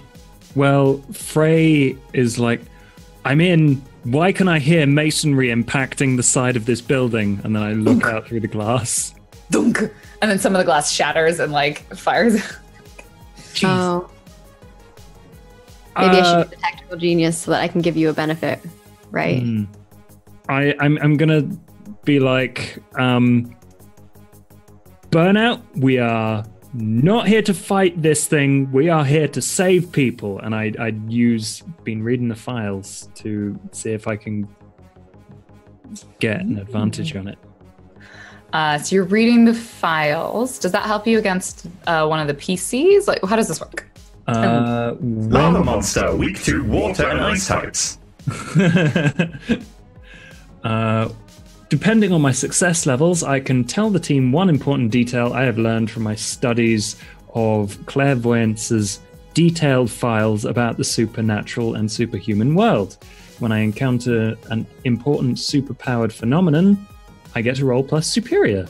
And I get follow-up questions depending on how well Please tell me it's effectively just a hero dex. Yeah. I get the Professor Oak voice. Okay, so you can essentially kind of know something about this particular enemy. Nice. Yeah. Roll plus superior. Let's see what you know. Let's do this thing. Frey does get a reply back from Burnout saying, I'm keeping it busy so you can save the people. All right, so with an 8, what do you get on a partial success? On a hit, tell the team one important detail I've learned from my studies. The GM will tell you what, if anything, seems different from what you remember. I guess this is probably a villain of some sort that Clairvoyance has encountered in the past, and generally just likes to cause chaos. I think elemental sort of monstrous villains are kind of a thing, like people who either have become these sort of forms, or maybe people who are a little bit more Hulk-like where they could have transformed into them. You would know things like sometimes maybe it's connected to emotions. Sometimes people have control over it. But typically an elemental villain like probably has an elemental weakness of some kind. So Like lava this- monster you kind of weak like- to water and ice types. Yeah, weak to water and ice types. Or ground. Oh yeah. But it's really strong against steel and leaf. And buildings. So don't grass, use your grass. Bulbasaur. That's steel.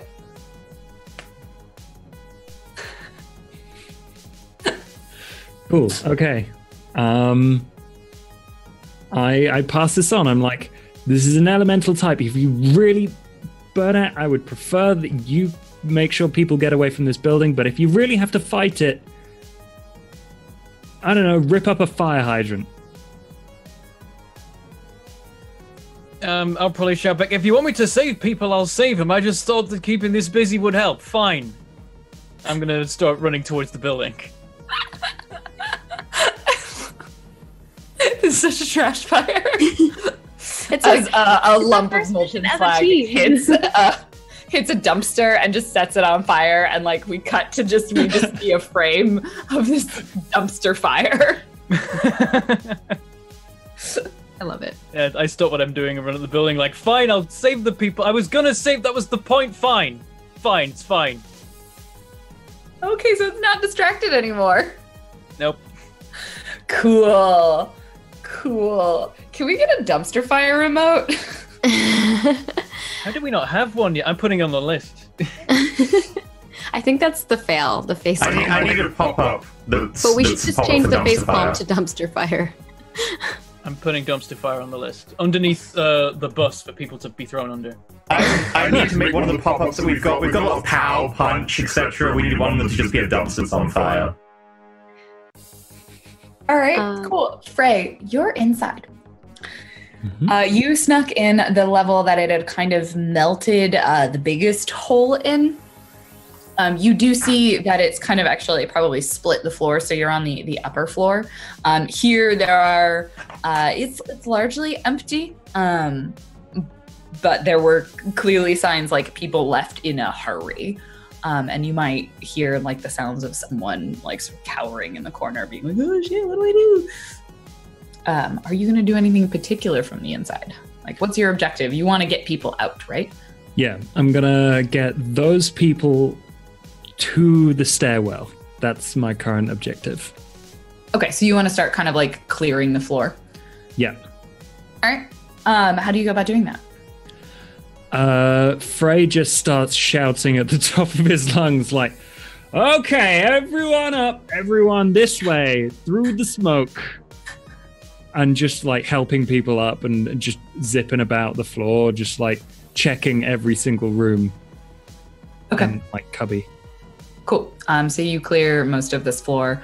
You start getting people out. They start following you. You find like the emergency exit. And it takes a little while because people are like, who are you? Why are you? And then like other people are like, oh, you're here to save us. What is that thing? I'm Frey. And my bandana is too tight.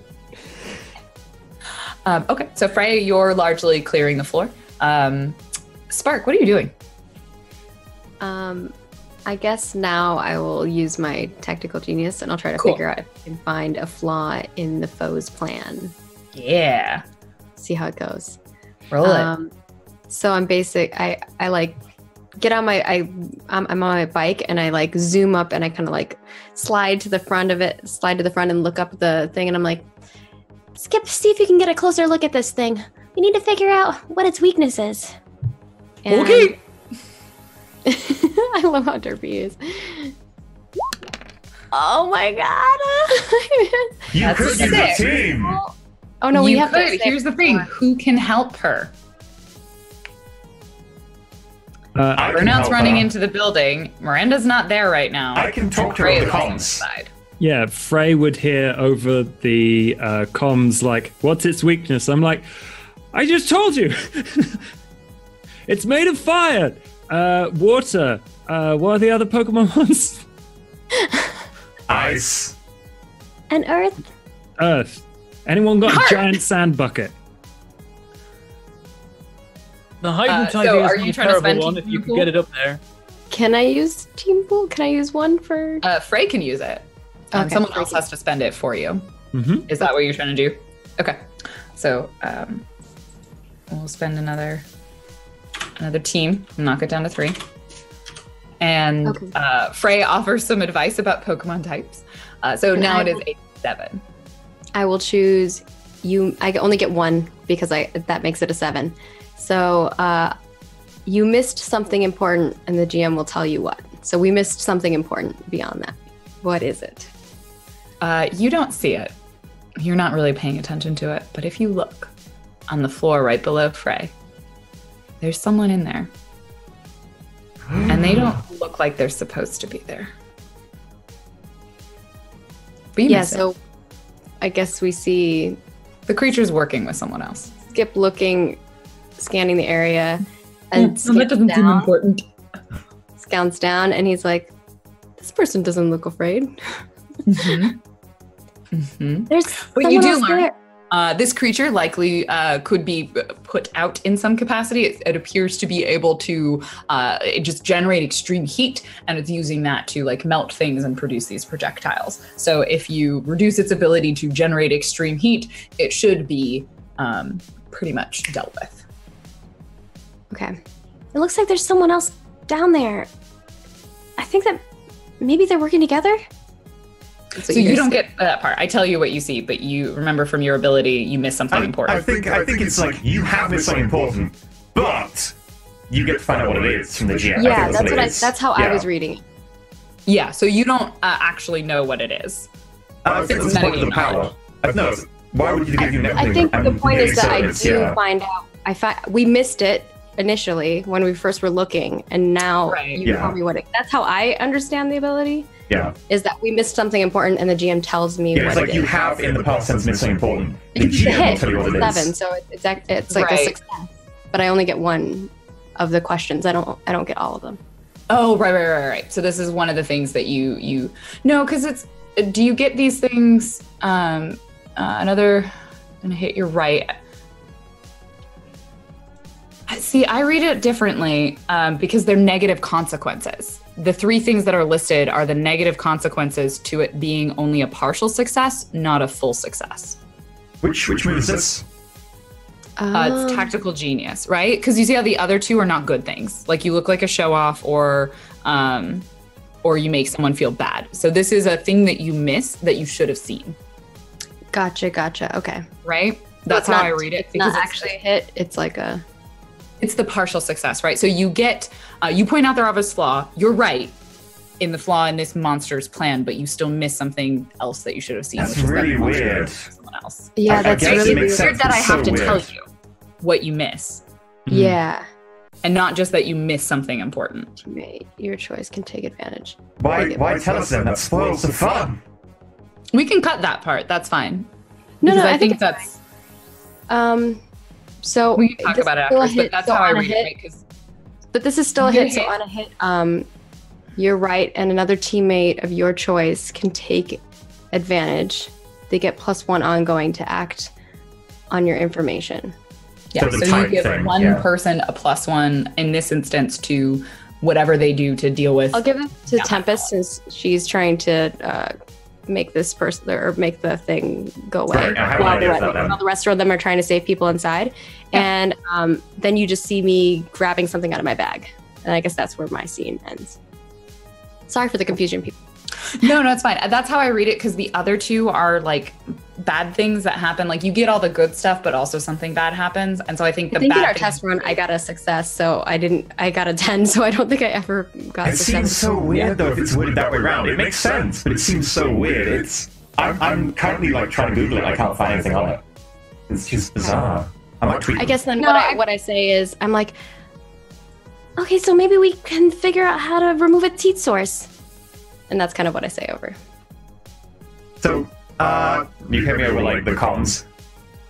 If we cover it in sand, Or water? I don't know. I got an idea. And you just hear her rummaging through her bag. Is there a super soaker in there? I might be able to use one of those hydrants that you were talking about. Really? Oh, that's cool. We'll make it a big gun. Super duper soaker. Are you pulling out a gadget? Yeah, I'm pulling out a gadget. Heck yeah, you are. All right, so Miranda, you're kind of just approaching back at this point as Spark. You want to roll your gadget? Oh, okay. Let's see. I mean, you're pulling it out. Let's just do it. Let's see what it is. Let's see how good this super duper soaker is. Super duper soaker. All right, this is my always prepared ability, so we'll see how it goes. Full hit, 11. Nice. So what does that mean for this awesome gadget? I guess I get the gadget that I want, right? Mm-hmm. I mean, it probably does the gadget something. you want. You always have the gadget you want. You just have two of always the gadget you want. When you roll it, so now my gadget is down to 1 gadget left out of the 2, and if I go to 0, I get a condition.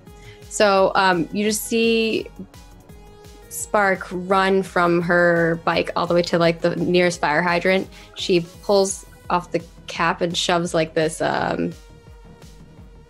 like hose onto it that's like connected to this giant gun that's like half the size of her, and she's gonna just try to like point it up at the creature or hand it off to Tempest, whatever makes more sense. Effectively, you are unleashing your powers, but you're rolling superior to do that. That's how that works. Okay. So you are not rolling to like pull the gadget out. You're rolling to how powerful the gadget is in a unleash your powers, but with superior. And unleashing your powers changes the environment or the nature of the combat, I believe is the term, right? Mm-hmm. Mm-hmm. So in your instance, yeah, you successfully unleash your powers using the gadget. Okay, So I'm like, super duper soaker look like? yeah, so like it's like this hose that's connected to the hydrant, and the gun itself is like, it's almost like half the size of Spark. I mean, she's smaller than everybody else because she's like 12, but Most super soakers are half the size of Spark. it kind of looks like one of those futuristic like what do you call it, like laser gun looking type of things, because it has like the little circles and it just looks ridiculous. And she kind of like tosses it up towards Tempest to use. I'm gonna let you use it. Tempest. So in this case, when you unleash your powers, so actually you don't need Tempest to use it, like you're using it. Yeah, effectively by pulling the gadget out, you use it and you change the environment. But I'm not good at shooting things. That's that why you was use the roll. the gadget though. So you like, and this torrent of water is shooting at this creature, and it like, and it's sort of writhing. Oh, okay, I didn't realize that. I thought I maybe had to roll again. Okay, cool. No, there's more than one. Like holding it. And at first, like I kind of miss a little bit, and then I finally get the aim on it. Yeah, so essentially what this move does is it replaces your normal unleash your powers with freak to unleash them with superior, and then you spend the gadget to do that. Okay, cool. So you're using the gadget to do the thing that like super epic and awesome that other people might do with magic or something. And so we see this like small child like firing this super soaker at it, and you hear the steam like hissing off of this creature as it like, and it sort of like shrivels up. It seems to almost like shrink in on itself, and it's like trying to push past and it's like trying to reignite portions of it, but I think it's getting weak. So good. Tempest, do your thing. Tempest, what do you want to do? I guess actually let's pause for a second. Burnout, where have you gone? I'm running into the building to help with evacuate to get now. How do you want to help? Is Frey on like one of the lower floors, or is he like further? No, Frey's on like the 15th floor. Okay, I guess I will start working my way up from the bottom. Then I will just check a floor upstairs, check next floor, and if I find anyone, I tell them to get the hell out and give them directions. Okay, so you just begin running your way up, like kind of clearing floors as you go. And again, people kind of do similar things. They like this mix of like, who are you? And also like, oh, that seems like a good idea. Yes, if they say who are you, I'm like, the building's on fire. Get to the stairs. It's important. As they run out of the building. All right, Miranda, what do you want to do? Okay, so I picked up one of those like gritter boxes at the side of the road that's full of sand. Mm-hmm. And I would like to chuck it at the thing, and then I'm just gonna blast it. Okay. Do you want to unleash your powers? That sounds like what you want to do. Yes, I would like to unleash my powers to change the nature of the combat by just picking it up with like an energy and then chucking it, and then I'm just going to directly engage and blast it. Okay. Let's start by unleashing your powers. That is a full hit. Okay. On a full hit, you successfully coat this thing in the sand, and it kind of the last little bit of its sort of like fiery nature kind of gets snuffed out as it can't generate there's no oxygen, or it can't generate enough of the heat. And I think it looks almost like it's got more of a tenuous grip now on the side of the building, because a lot of what it was using to keep in place is kind of like melding its sort of molten form into the molten metal on the side of the building. And then I'm just gonna like charge at my arms, and you see the flame like extend up to the shoulders, and I'm gonna put them together. I think I've got this. And then I'm just gonna blast it with a huge like Beam of molten like blue light fire stuff, whatever it is, energy. And I'm going to use Reality Storm. Okay. You ready for this? You channel a destructive burst of your power. Spend a burn to directly engage a threat using your powers, rolling freak instead of danger.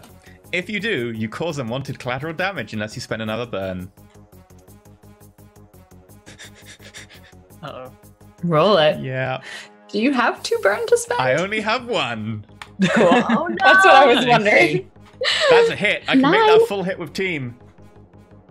Does anyone want to give me team? I don't know how anyone's gonna help you. I think I'm helping. Yeah. How do you offer some more support? It could still be using your super soaker. Like, what does it look like for Spark to help? Yeah, so you're trying to like put the sand on the creature. I already did the sand. Now I'm just blasting of energy to knock it off the side of the building. Okay. I kind of do, instead of like full on blasting the gun, I like change it to another mode, and I'm like, whoop, whoop, like down to like level 2 instead of level 5, so that it does like spurts. It's like burst fire. So like Tempest has like moments where she can like do her thing, and then it like stops, and then I fire again. Okay. Nice. Okay. So with a 10, you succeed in doing this, but there's still unwanted collateral damage, right? Oh yeah. Cool. So you succeed, so you actually get to pick 2 from the list: resist or avoid the blows, take something from them, create an opportunity, impress, surprise, or frighten. Can I pick You got this, Tempest. something that's not We're on gonna the cool list him and down. knock them off the side of the building? Can you what? Pick something not on the list and knock them off the side of the building. I think for this, yes. Okay. Instead of 2 things, you'll just blast them off again. Yep, I will so knock them off the side of the building, like just down or wherever, just so they're no longer threatening that area. Yeah, I mean, I think in that case, it's basically you take something from them, which is their control of the situation, and then open up an opportunity for your allies to make it slightly safer for them. Sure, we've worked our way around these words. Perfect. As you blast it, you also rip the entire side of the building out. Frey, behind you, you just see this line of like glass and explosion and kind of like twisted bits of metal as it scrapes the entire side. Like these 2 floors lose their entire wall. And you see the creature go boom, and it kind of like flies a little bit off to the side, and then dunk, and then I think I got like it. a crater in the ground. Tempest, what did I tell you? You told me to engage it. We cooled him down. And I think at that point, the the worst of the threat that you know of has been dealt with, and like maybe there's like a cleanup crew sort of force, and anyone who's looking around just sort of like sees this woman in this sort of brown trench coat with like a black button-up shirt, just sort of like sipping from a travel mug, talking to some people as they sort of like secure this creature, being like, and you're like, how did she's here already? As always they here in our hearts. There's probably, because I imagine you're not considered responsible in Gale City. The heroes don't have to like watch the villains like after they deal with them. They make them no longer a threat, and then someone else kind of takes them away. The Scooby-Doo cleanup, like the police come and clean the rest of the stuff. Yeah. And we just see this woman with nondescript face kind of look up at this blasted side of the building. sort of sigh, shrug, sip her coffee, and like smoke her cigarette, and then walk away. Claire's here. Yeah, you catch like a glimpse of her spark, and she's suddenly gone. So they. Who knows? So it's a little bit calmer, a little bit quieter. Miranda, you're kind of still in that sort of power, like shedding off of you a little bit. Burnout. Miranda, do you want me to use this on you? I don't think that would work. I think most of my power's gone. And like her eyes stop flaring and the light sort of just goes back to a normal simmer as she like lands next to you. Claire takes different conditions. She takes like afraid, guilty, hopeless, insecure, and disappointed. Yes, I love it. I'm not afraid, insecure, hopeless, angry. I'm just disappointed. Yeah, I'm just disappointed. Yeah, that's a main condition. Permanent condition. So burnout. As you run up the floors, eventually you get to the floor just below Frey. I don't know, Frey, you might also get there maybe around the same time, or probably a little bit sooner. You may have been distracted by the blasting of the wall, and we know that Burnout has some super speed. So maybe Frey gets there kind of right away, and then Burnout, you arrive shortly afterwards. Frey, I see Frey, and I'm like, I've cleared out all the lower floors. Everyone's moving. Good, thank you. I'm assuming no one got caught in that blast. As far as I could tell, everyone's okay. Cool. Let's check this floor then. Frey, you look around, and this space looks, a lot of them are sort of office-y spaces. This one definitely has a lot of like computer equipment and desks, and I mean, kind of the way all of the other floors, but it has a certain upscale vibe to it that some of the other ones haven't. And you see a logo kind of bouncing on the computers that says Orion Corp. And you also notice, as you look around, there are a handful of people slumped over a desk, asleep.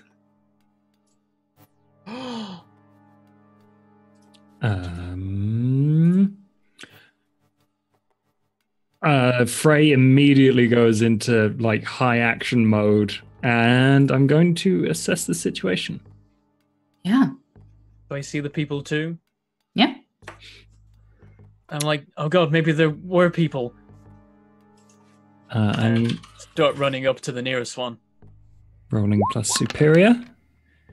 That's okay. It's a hit. You can ask one Just question. Partial. One question is what here is the biggest threat? There isn't a threat in here. There's no one really here except those handful of people. There's like half a dozen, 6 people, like slumped over the desk. One person looks like they're like passed out on the floor. They're asleep. Okay, When we've you got go to over to them. Yeah. They're alive, like they've got a pulse. Are you going to do anything in particular? See if they wake up with a little shake and a tap of the face. I'm trying to pick one up. If they're alive, I'm like, come on, we gotta get you out of here. What the hell happened? And they like, it takes a little bit of time, and they kind of like, you shake them, and they kind of like wake up slowly. What's happening? What's going on? Why is there a hole in the side of our office? How did you get in here? We don't have time for that. I'm sorry. The building's become unstable. What? Why am I on the floor? Who are you? I was kind of hoping you could answer that. Here, let me help you out. Who are you? How would I know who you are? Why are you on the floor? I don't know. I was, and you see like this like mug of coffee like spilled on the floor next to him. I was walking back from the break room.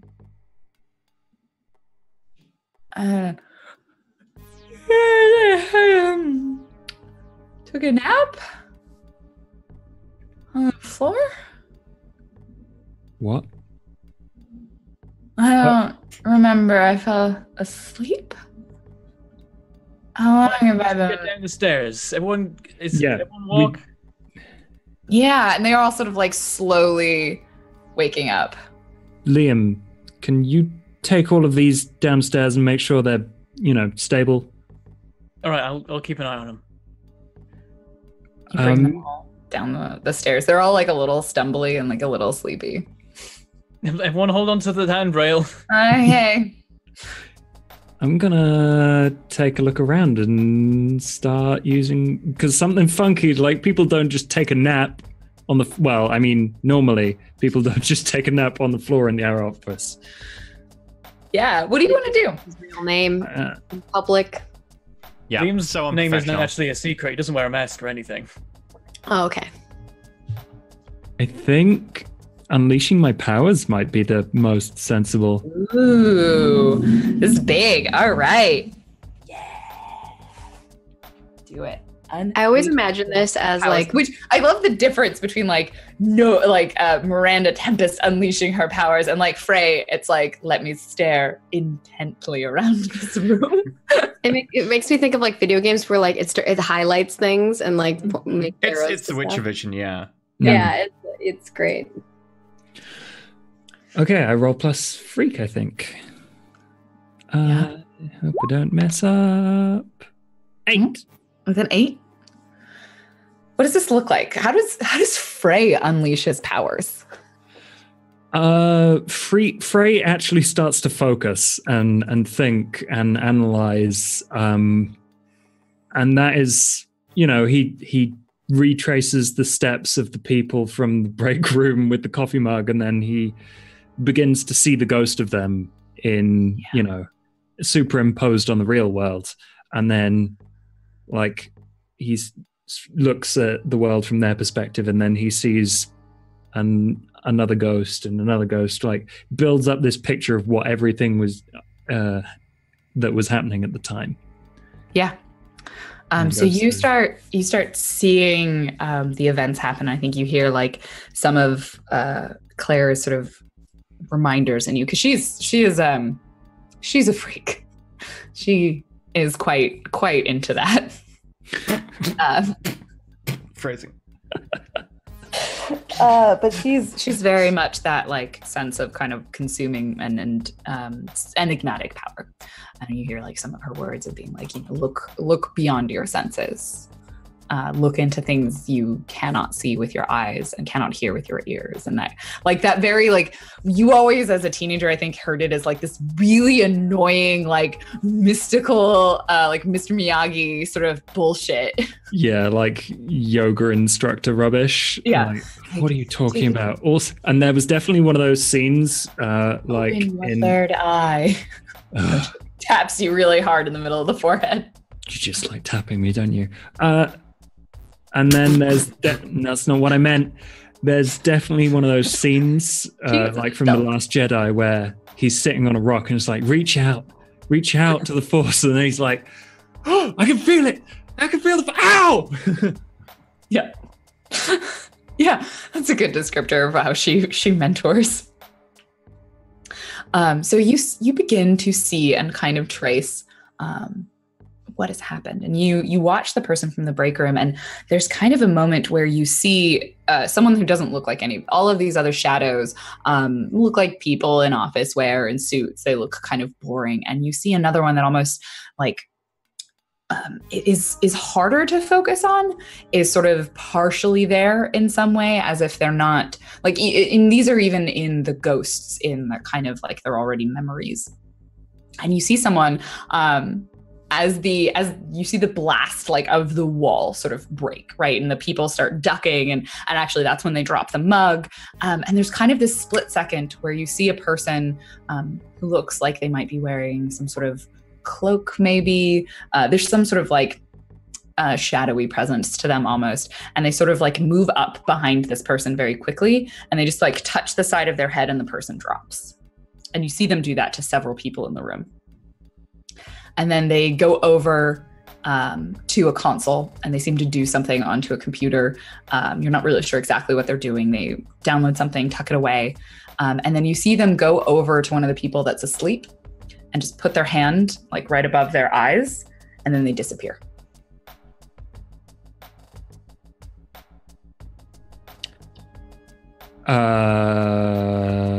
So I rush over to the computer that the person messed with and was like, everyone, there was a superhero of some description. They stole something, and then can you check all those people, the sleepy people that are there? They disappeared after they touched one of them. Maybe something's different about them. Is this to me? It's to all of them. What do you think they stole? I don't know yet. Let me get in there and I'll see if I can look at it. Yeah, maybe it was data. I'll see what I can do. Come on, Skip. Okay, do you want to ride? Yeah, why not?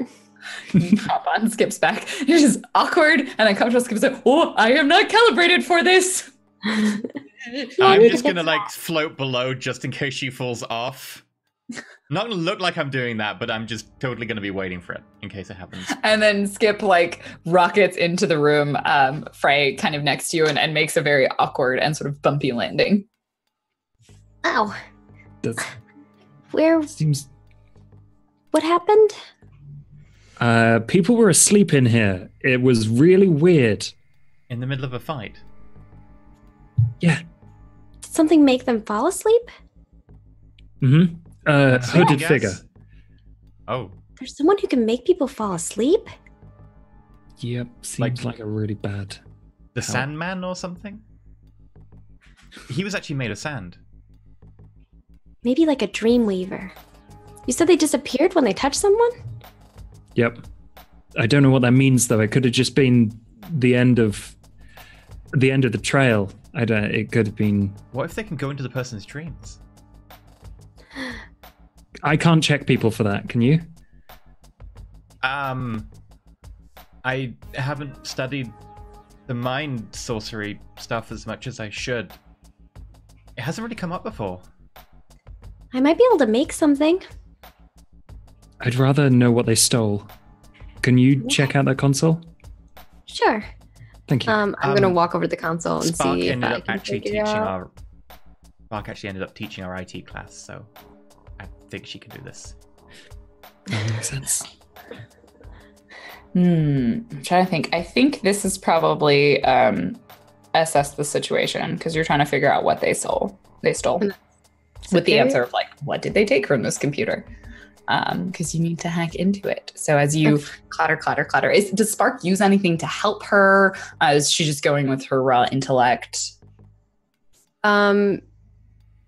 You see Skip kind of like walk over to the PC and he like sticks out his tongue and then it like straightens up and like it's a USB.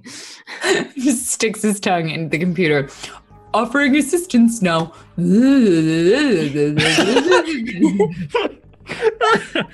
But obviously, because it's USB, his tongue has to do a 180. No, it's 180. Then there's a 180 it's like a cable again. almost, you know? Yeah. His tongue like opens and there's just a cable in there. Well, I've never seen a dog tongue a USB socket before. Miranda, do you fly into that level or? Sorry, what did you say? I thought about putting it in the tail, but then I thought that might be really weird. Less weird than Skip tonguing the computer, and now Maybe you're right. sitting there unable to talk with the tongue.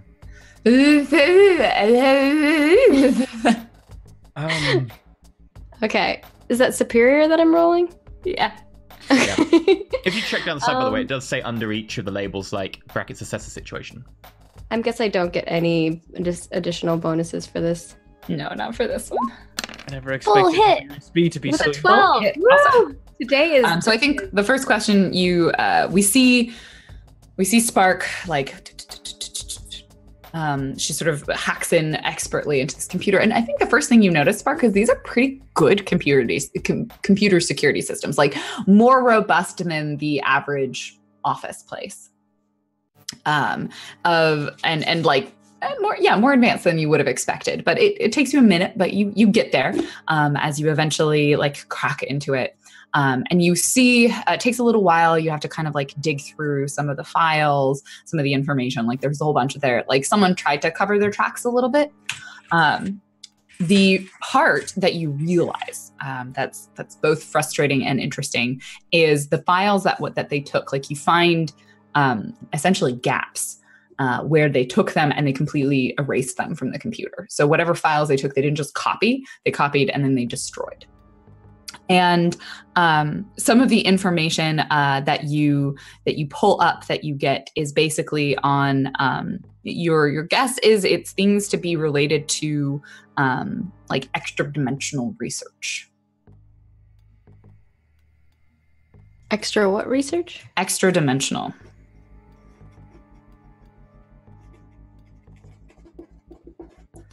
Mm-hmm. So it looks like they didn't just find what they were looking for. They removed what they were looking for, too. Something on extra-dimensional research? What would they want to do with that? I think at that point we cut downstairs to Burnout. What are you doing with these people who are sort of waking up? Continuing to lead them downstairs, but after hearing that there's something going on with them being asleep, I'm going to start like trying to get some information out of them. So as we're going, I'm like, what do you remember? Was there anyone weird on the floor that you didn't recognize? Was there any weird? Well, there was a large explosion, and then the wall got melted away, and there was a monster outside, and then I remember turning to run, but I guess I didn't go very far. I must have just fallen asleep. That's weird. I don't know why. We think there was someone there. If you can remember any details about anyone you might have bumped into just before you went to sleep. Anybody? Looking between all of them. And they all kind of like, maybe I remember seeing someone, but not that I know what they looked like. There was a shadow, maybe. And then they kind of pause and they look at you. Who do you work for? Who are you? We're just here to help. The building got attacked. We came to rescue everyone. Who are you working with? We're just a superhero team. I don't think I've heard of you. What team are you? Storm Force? You won't have... This is our first thing. Actually, you know, the news a week ago, there was some... The Butcher Brothers? Yeah, that we... You tore down half a city block. That was you? It didn't go to plan. I only showed up halfway through. Half of it isn't even my fault. Look, whatever you're doing up there, it'll be fine. We'll handle it. We don't need your help anymore. You didn't do a very good job of handling it. We found you all asleep. At this point, there was a massive explosion. Can I ping And then Burnout? you destroyed half of this building. That was not us. Mostly. Burnout? Yes? Spark saying that they took some data related to extra-dimensional research. I'd sort of pause for a minute. Yeah, I said that to everybody on the comms. Well, I was probably like busy maybe. I'm just like, well, you seem to really be handling it right now because apparently all your information's gone. Well done. Look, you can leave. We're done. Thank you for saving our lives. I just sort of... We'll clean up our own mess. Maybe you should clean up yours, rather than meddling in someone else's business.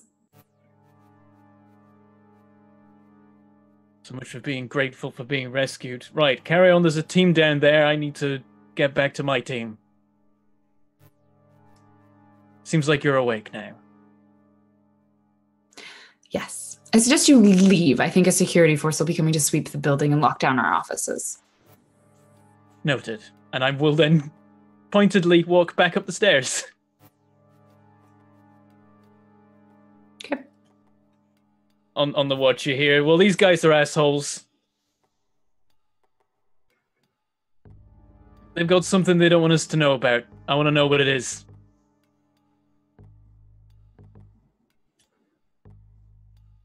So you have a little bit of time. I think Burnout makes his way to the floor. You have a little bit of time before someone starts like clearing out the building. Oh yeah, I warned them that like there's a security team on the way apparently that's probably going to stop us looking at any of this. So get what you can while you can.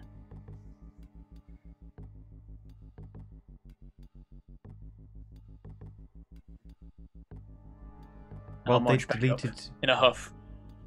They've deleted all the files, so we're kind of stuck. We know what the files are about, so.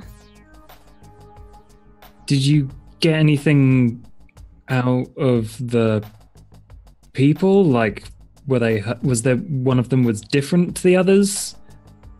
I don't know whether it's a power or just the end of mine.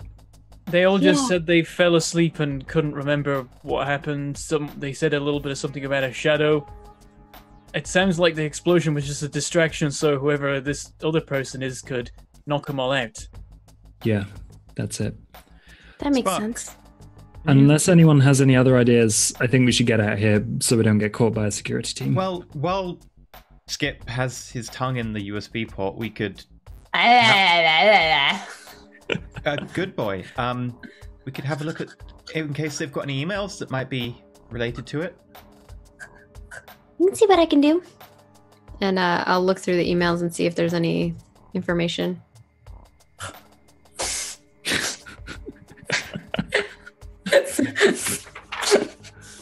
We can stop. Cool. I actually think you were, let's say you, This is a very thought out reply. Oh, no, I'm just trying to think what the best thing in this instance. I'm trying to figure out whether or not I need you to roll anything is really the question. I don't think you do. I think in this instance, you have enough time to pull a little bit of information, but you don't really have time to look at it. So we can kind of go over what it is next time. But you get some, like, as much as Skip is able to get from the computer, you'll manage to pull off of it. And Skip is like, I'll just grab these and we can read them back at the HQ. Storm Fortress. I'm just trying to come up with cool names. I like it. It's just an old sweatshop, but we could make it. Well, that doesn't sound good. Storm Sweatshop? Doesn't have the same ring to it. I like Storm Fortress. It's just, it feels like a little bit of a letdown if we ever take anyone back to the Storm Fortress. Yeah, well, it's cool. Storm Factory? You know what? Let's go back to the Storm Fortress. I say looking at Spark.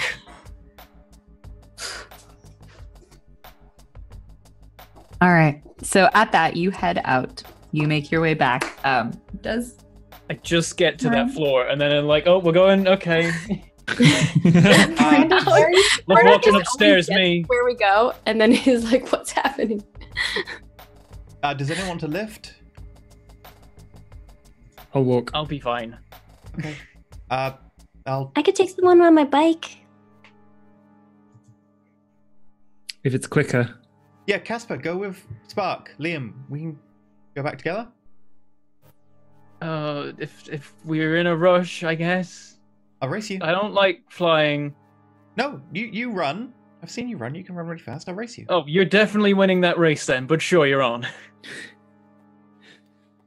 So Miranda takes off into the air. Liam up on the ground. Frey, you get on the back of Charlotte's bike. Charlotte is just a very large dog in a little carrier. Sorry. I am ready. Let us go. Still more comfortable than... Yeah, anyway. You think so? You think it's more comfortable? Yeah, than being carried by Tempest. She's bony and also not great at helping people float. But she's cool though. I mean, that's why I dyed my hair like her, because she's so cool. But you're welcome to ride on my bike anytime. Thanks, but I think I'm going to be getting a vehicle for all of us. Not a minivan. What kind of vehicle? Something sleek, fast, and with 4 seats. It's a Volvo. Okay, you get one of those things. It has 4 seats. It's a Nissan Leaf. Clairvoyance is really into environmental. God damn it. As long as you're in the car with us, I think it'll be great. Well, despite the problems today, I think everyone did a decent job. You're a really good leader. I think Claire will be really proud of you. But you could probably... And then she started kind of going off on like what he could have done better. And I think I'm using logical angle, which is when you comfort or support someone by rationally pointing out their mistakes so they can do better next time. It depends on how well I roll. But next time you probably shouldn't run directly towards the lava monster because your rope melts at like 400 degrees C and that steel is melting at like 1200. All right, roll the comfort and support. Okay. You use a different stat for this, right? That's what this It's superior. Superior. Cool. Yeah. She's That's like superior to everyone. Kapow! Oh, yeah. With a 4. I'm on a roll today. What happens? So you choose It's gonna go well for me. the regular comfort or support. And then do you get anything in addition to that? Or is it Yeah, it's plus superior instead of mundane. If they do not open up to you, mark a condition.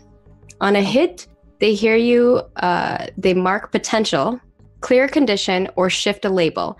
If they open up to you on a 10 plus, you can also add a team to the team pool and clear a condition on yourself. And I don't have that condition on myself, but I will add it to the team pool, and you can choose one of the things. Yeah, although Frey does need to. But you have to open up to me. So basically, she's like, she goes into like how you shouldn't get so close to the monster because your rope will fray and all that stuff because of the heat, and she goes into like all the details. So, I feel like there's something for this, but I can't remember what it was. Is it your team move or something? Yes, that's it. Oh, yeah. Share a vulnerability got or that. weakness with someone. Tell them Everyone has a team about your move. mentor. Mine is different. Yeah. So you could, if you open up to Frey, if you open up to Spark, you can share a vulnerability or weakness. That's moment of truth. Team moves. On mine, it's you can mark potential, clear condition, or shift a label. So if you open up by sharing a vulnerability or weakness, including telling them a secret about your mentor, you can also do that. So first we need to resolve the comfort or support move. So first, are you going to open up to Spark? Frey is definitely going to open up. Cool. Let's play through that, and then we can figure out whether or not that procs the team move as well. So yeah, you should be careful. Be careful. Will do.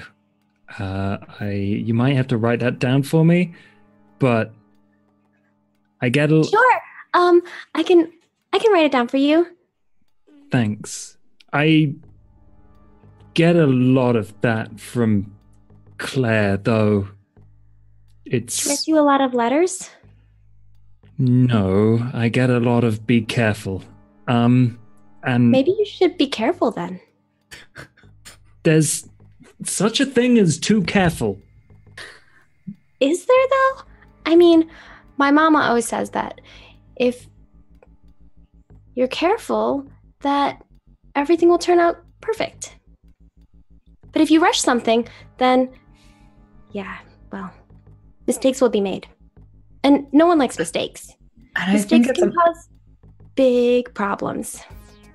I see this moment of Charlotte's mom like holding her like gently in the face, being like, and if you're careful, things will turn out perfect, like you. Oh shit. That's foreshadowing. And then goes into the if you rush things, mistakes are made, and then kind of has this like 1,000-mile stare. Little flashback moment. We come back to the conversation between Spark and Frey. Well, I appreciate that. Your mum sounds a lot like Claire. And I know... I love my mom. She's the best. But you said that she was... You felt like she was watching over your shoulder. Isn't that get annoying? Like knowing whenever you make a mistake. It's nice to know when you make a mistake, because then you can always just do better. So, I don't know. That's how I see it. If I make a mistake, I don't mind if people tell me, because then I can do it better next time. And I'd rather know what I did wrong than not know what I did wrong and then not be able to fix it, because not being able to fix things is just, well, no bueno. So, would you say that I should tell Tempest that she messed up? She blasted a hole in the side of the building. That's the exact opposite of what I asked her to do. That's true. I guess. Maybe she'll do better next time. Okay then. Wish me luck. I don't think you need luck. Again. You're really good at what you do. Okay, so let's resolve the comfort of support then. Frey can mark potential clear condition or shift their labels. And then... or I don't know what you have for conditions. Yeah, and then I assume we're adding to the team pool for Spark. Yeah. Speaking of that, cool. Mm-hmm. I don't think I will clear the condition afraid because Frey is still afraid of messing up. There's so many opportunities. So I think... Or do you want to shift your labels? I would say if you're shifting your labels, ooh, based on what just happened, I would probably do superior up and danger down. Okay. Potential helps you level up. Yeah. Too. So it's kind of like a learning moment too. So I think that makes sense as well. Either one of those makes sense. Oh yeah. No, This is you were just schooled. Super, like, power gamey, but I kind of want to know that. Yeah, I think the potential makes a lot of sense because it's like one of those moments where you're like, Claire has told me that a lot, and now also, this 12-year-old is telling me that. I'm hearing this from Claire. I'm hearing this from Spark's mum, of all people, and also Spark is the most intelligent out of all of us. So I'm like, God damn it. Okay. Something right. So if you do want to do the team move, you would need to, this is the, when you share a vulnerability or weakness with someone, which I think you kind of has, you would need to tell them a secret about your mentor. I was going to tell Spark a secret, but Spark said a thing which changed Frey's mind. So that does not proc the team move. That's cool. All right. I'm so sad. But I'm also on the back of Spark's little bicycle to make their way back to Storm Fortress on Storm Street. Storm Fortress, right? That's why I did it, because it's on 4th Street. Storm, Miranda and Burnout definitely arrive back first. If you want to have a scene, go for it. If not, that's also a good spot. I think they're racing. I want to see who wins the race. I need a roll off. Miranda wins the race. She can fly. But maybe she flies into unleash your powers. How badly do you want to compete about this? This is me personally. Maggie wants to see. I will deliberately be flying a little bit slower to allow it to be a somewhat even race. I'll put some effort in, but I'm also like, this is pointless because Miranda's faster than me. Okay. Just like... Go ahead and just roll a flat 2d6.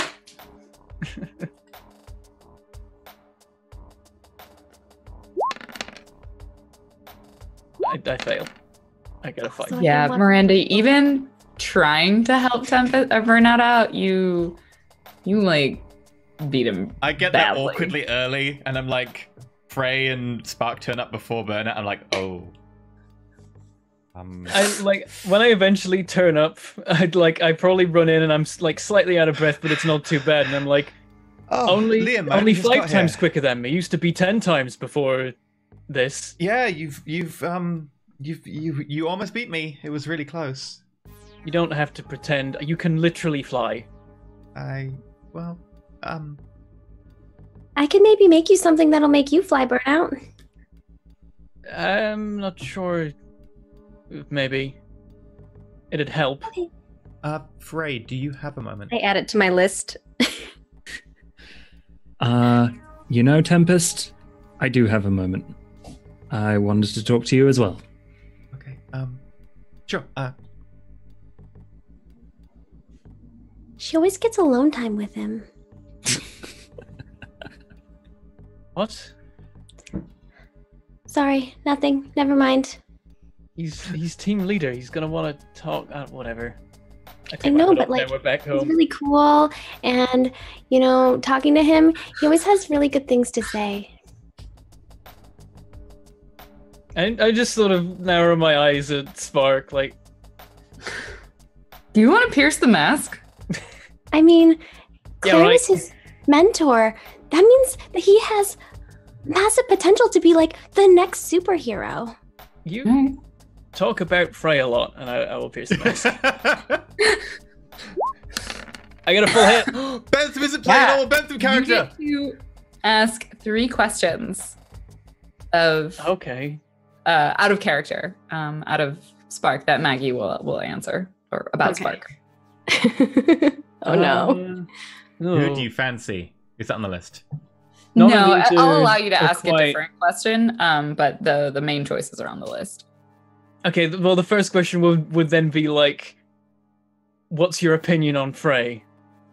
She thinks Frey is like the coolest superhero ever, besides like the top superheroes. Okay. And I'm not sure beyond. I guess I could maybe push that some more with the question. So out of Liam, Casper, and Miranda, fuck, marry, kill? Wait, kiss, marry, kill. You're 12 years old. Kiss, marry, kill. Because marry and kill aren't also problematic for a 12-year-old. I mean, it's a game 12-year-olds will play. It's still problematic. I don't know what questions I want to ask really, because it's just I just wanted to know is like why does she talk about Frey so much and what's going on? Why does she talk about Frey so much? Obviously she that she thinks he's like the coolest superhero ever. I guess beyond that, you can probably tell that there's something else there. Like she maybe fancies him more than just admiring him as a superhero. Cool. If you don't have another question, that's okay. But I think the conclusion, like Liam is able to figure out like Spark's feelings for Frey are not just admiration. Yeah. I'll leave the pierce the mask questions at that, and then like the squinty eyes will become slightly more knowing. So you're a big fan then? Yeah. Tempest? Well, I've always known her as Miranda before I found out that she was, Tempest. And we were in classes together, and she told me all the time about her and Frey's adventures. And I'm just so happy they chose me to be on this team. He just seems super cool. Don't you think he's super cool? I mean, Miranda's cool too. Well, sure, yeah, it's just... Just what? It's about meeting your heroes, you know what they say. What do they say? It's fine, it doesn't matter. What's wrong? It's just you're just very, very fixed on Frey is all I'm thinking. Well, he's kind of the leader of our group. So, I mean, shouldn't we talk about him? Sure, whatever. Why do you care so much about me talking about him? I'm just surprised. Why? I don't know. Well, do you think he's a good leader then? Well, I think that he has potential to be a good leader. I mean, he needs to be more assertive and probably get people to listen to him. Although, I guess I didn't quite listen to him, but maybe he should assign us the right roles. Like, I shouldn't be going in to help all those people. What if something fell on me? I'm not strong like you guys. That was a lot of words. Okay, sure. Well, how else would I answer you without words? I guess I could draw you a picture. That reminds me, I need to write something down for Frey. I think Spark just walks away at that point. People have said, by the way, that their friendship should be called Bark. I was thinking Spout, because you can't stop her talking. Also, our friendship is called Bark. Bark, bark! I have been told to make that noise. Oh my god, I love it. Yeah, the Spark walks away and I'm like, I'm fine. So let's cut to the other room with Frey and Miranda. Actually, I'm gonna ask you two, are we okay with starting next episode with this? Mm-hmm. Or do you feel like we need to resolve it for Tay? No, because I'm like, this is a good start to an episode. So we turn, like, we fade out on that episode and we just like see a moment of like, I need to talk to you, Miranda. But door closes or something like that. And on the other panel, Spark is writing down, "Be careful." And she's writing like little hearts around it. Oh no. I need to talk to you too, Frey. Listen to me. Everyone with their voice changes. I need to set mine up for reasons. What? Hmm? No? Huh? The sleepy time voice. You said no. Never mind. No, I didn't say anything. Okay. So that is where we'll bring the first episode of Stormforce to a close. Back to I don't want it to end. Can we just go for like another hour? No, because I'm very sick. I know. Well, that's where Stormforce episode 1 will end, but episode 2 will continue next week at the same time, which is 6 p.m. GMT, but unfortunately 11 a.m. PDT, because time zones and time changing is weird and annoying, and I hate it. But that's the thing. PST, right? Is it changed to? We don't change next week. We have one more week of starting at 11, right? Yeah, there's one more week. Yeah, cool. Of it being weird. There's one more week, and then we go back to normal time. Yeah. On the 31st. It becomes an hour earlier again for people in the US.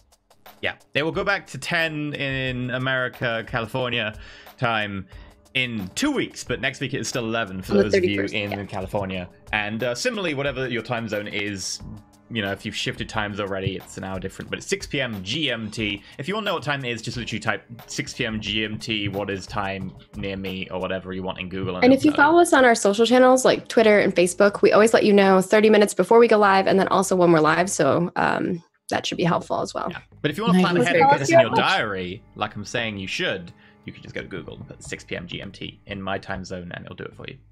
Right, in which case, announcements. Thank you very much to Roll4It's resident Smoke Monster for supporting today's episode and making it possible to pay the majority of the cat's cost. Thank you very much. Obviously, normally it's cat food, the cat cost, but today I guess it's oil for Skip. It's the Skip cost.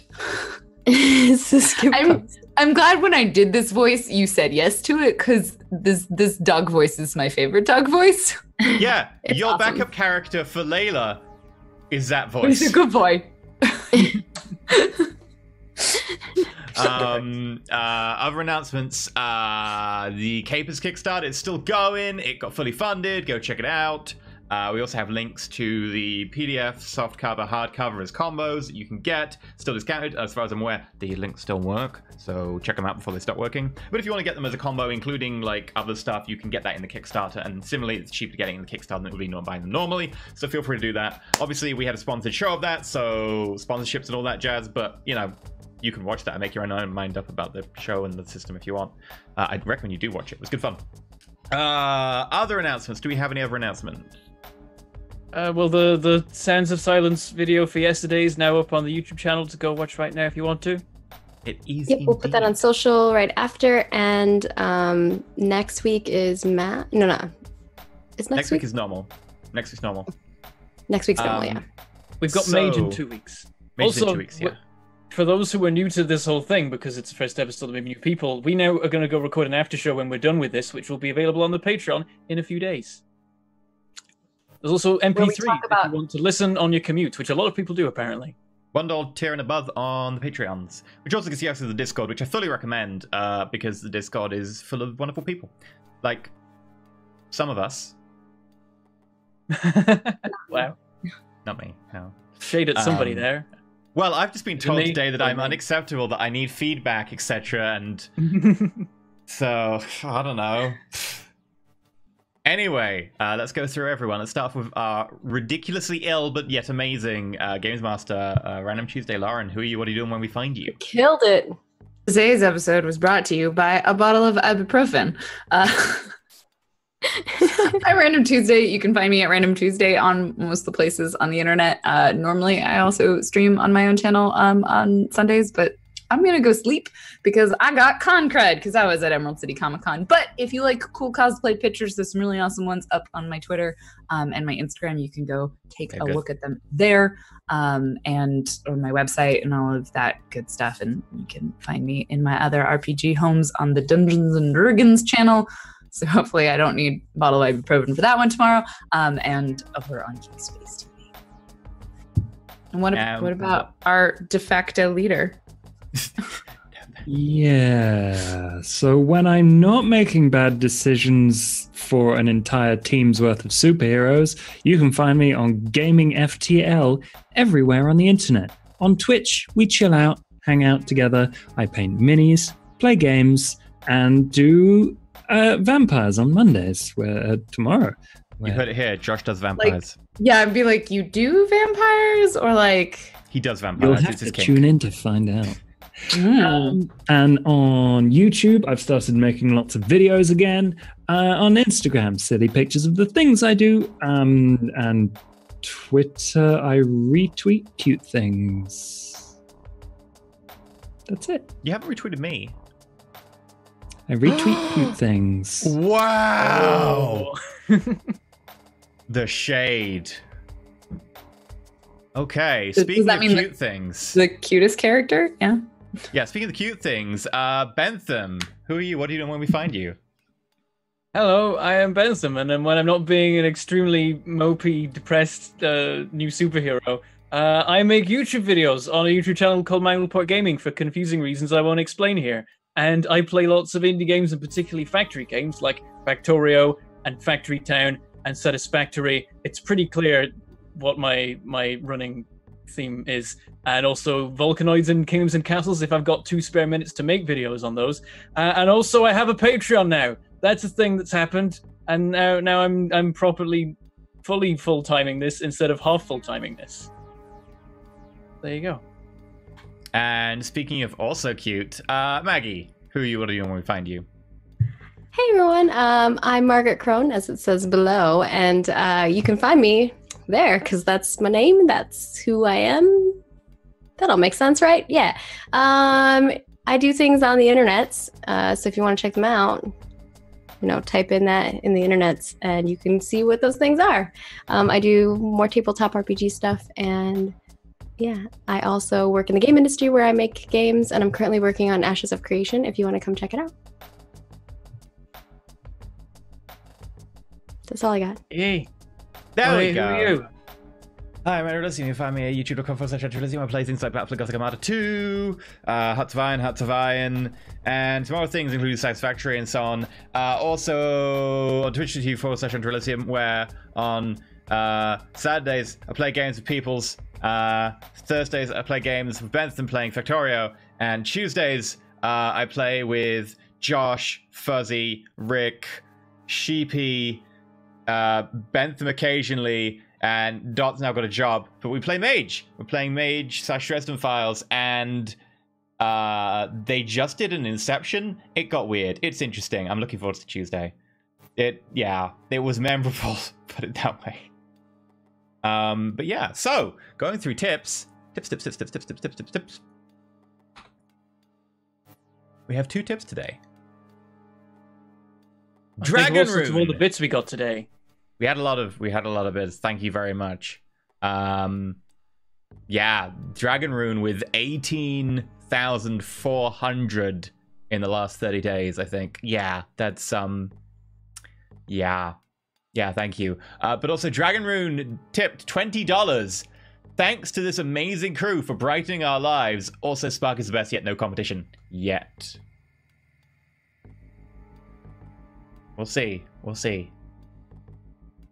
The rolls were just in my favor today. But here's the thing: is everyone else is gonna like have more potential than me and level up faster. No, I didn't. You could do that. Like I was doing mundane. Like a lot of people can have things that push potential on other people. So it's That's true. relatively even out. It's unlike Monster Hearts. It's a lot more even for long-term play. Monster Hearts is because it's functionally only failing rolls, and then comfort and support is like the one way. And you can do that for other people. So yeah, I was like, I gotta at least once a session try to give someone else the potential, because that's cool that you can do that. You know, I think you should just try and comfort people because they need comforting rather than anything else. Miranda is like the therapist, whereas I'm like, talk about it in the after show. Yeah. Also, Vo, $20. Congrats on a successful episode. Thanks for soldiering on through being ill. Hope you feel better soon. It was awesome. What naps and drugs are for. That's the other dog voice. That's when Skip's feeling down. That's what naps and drugs are for.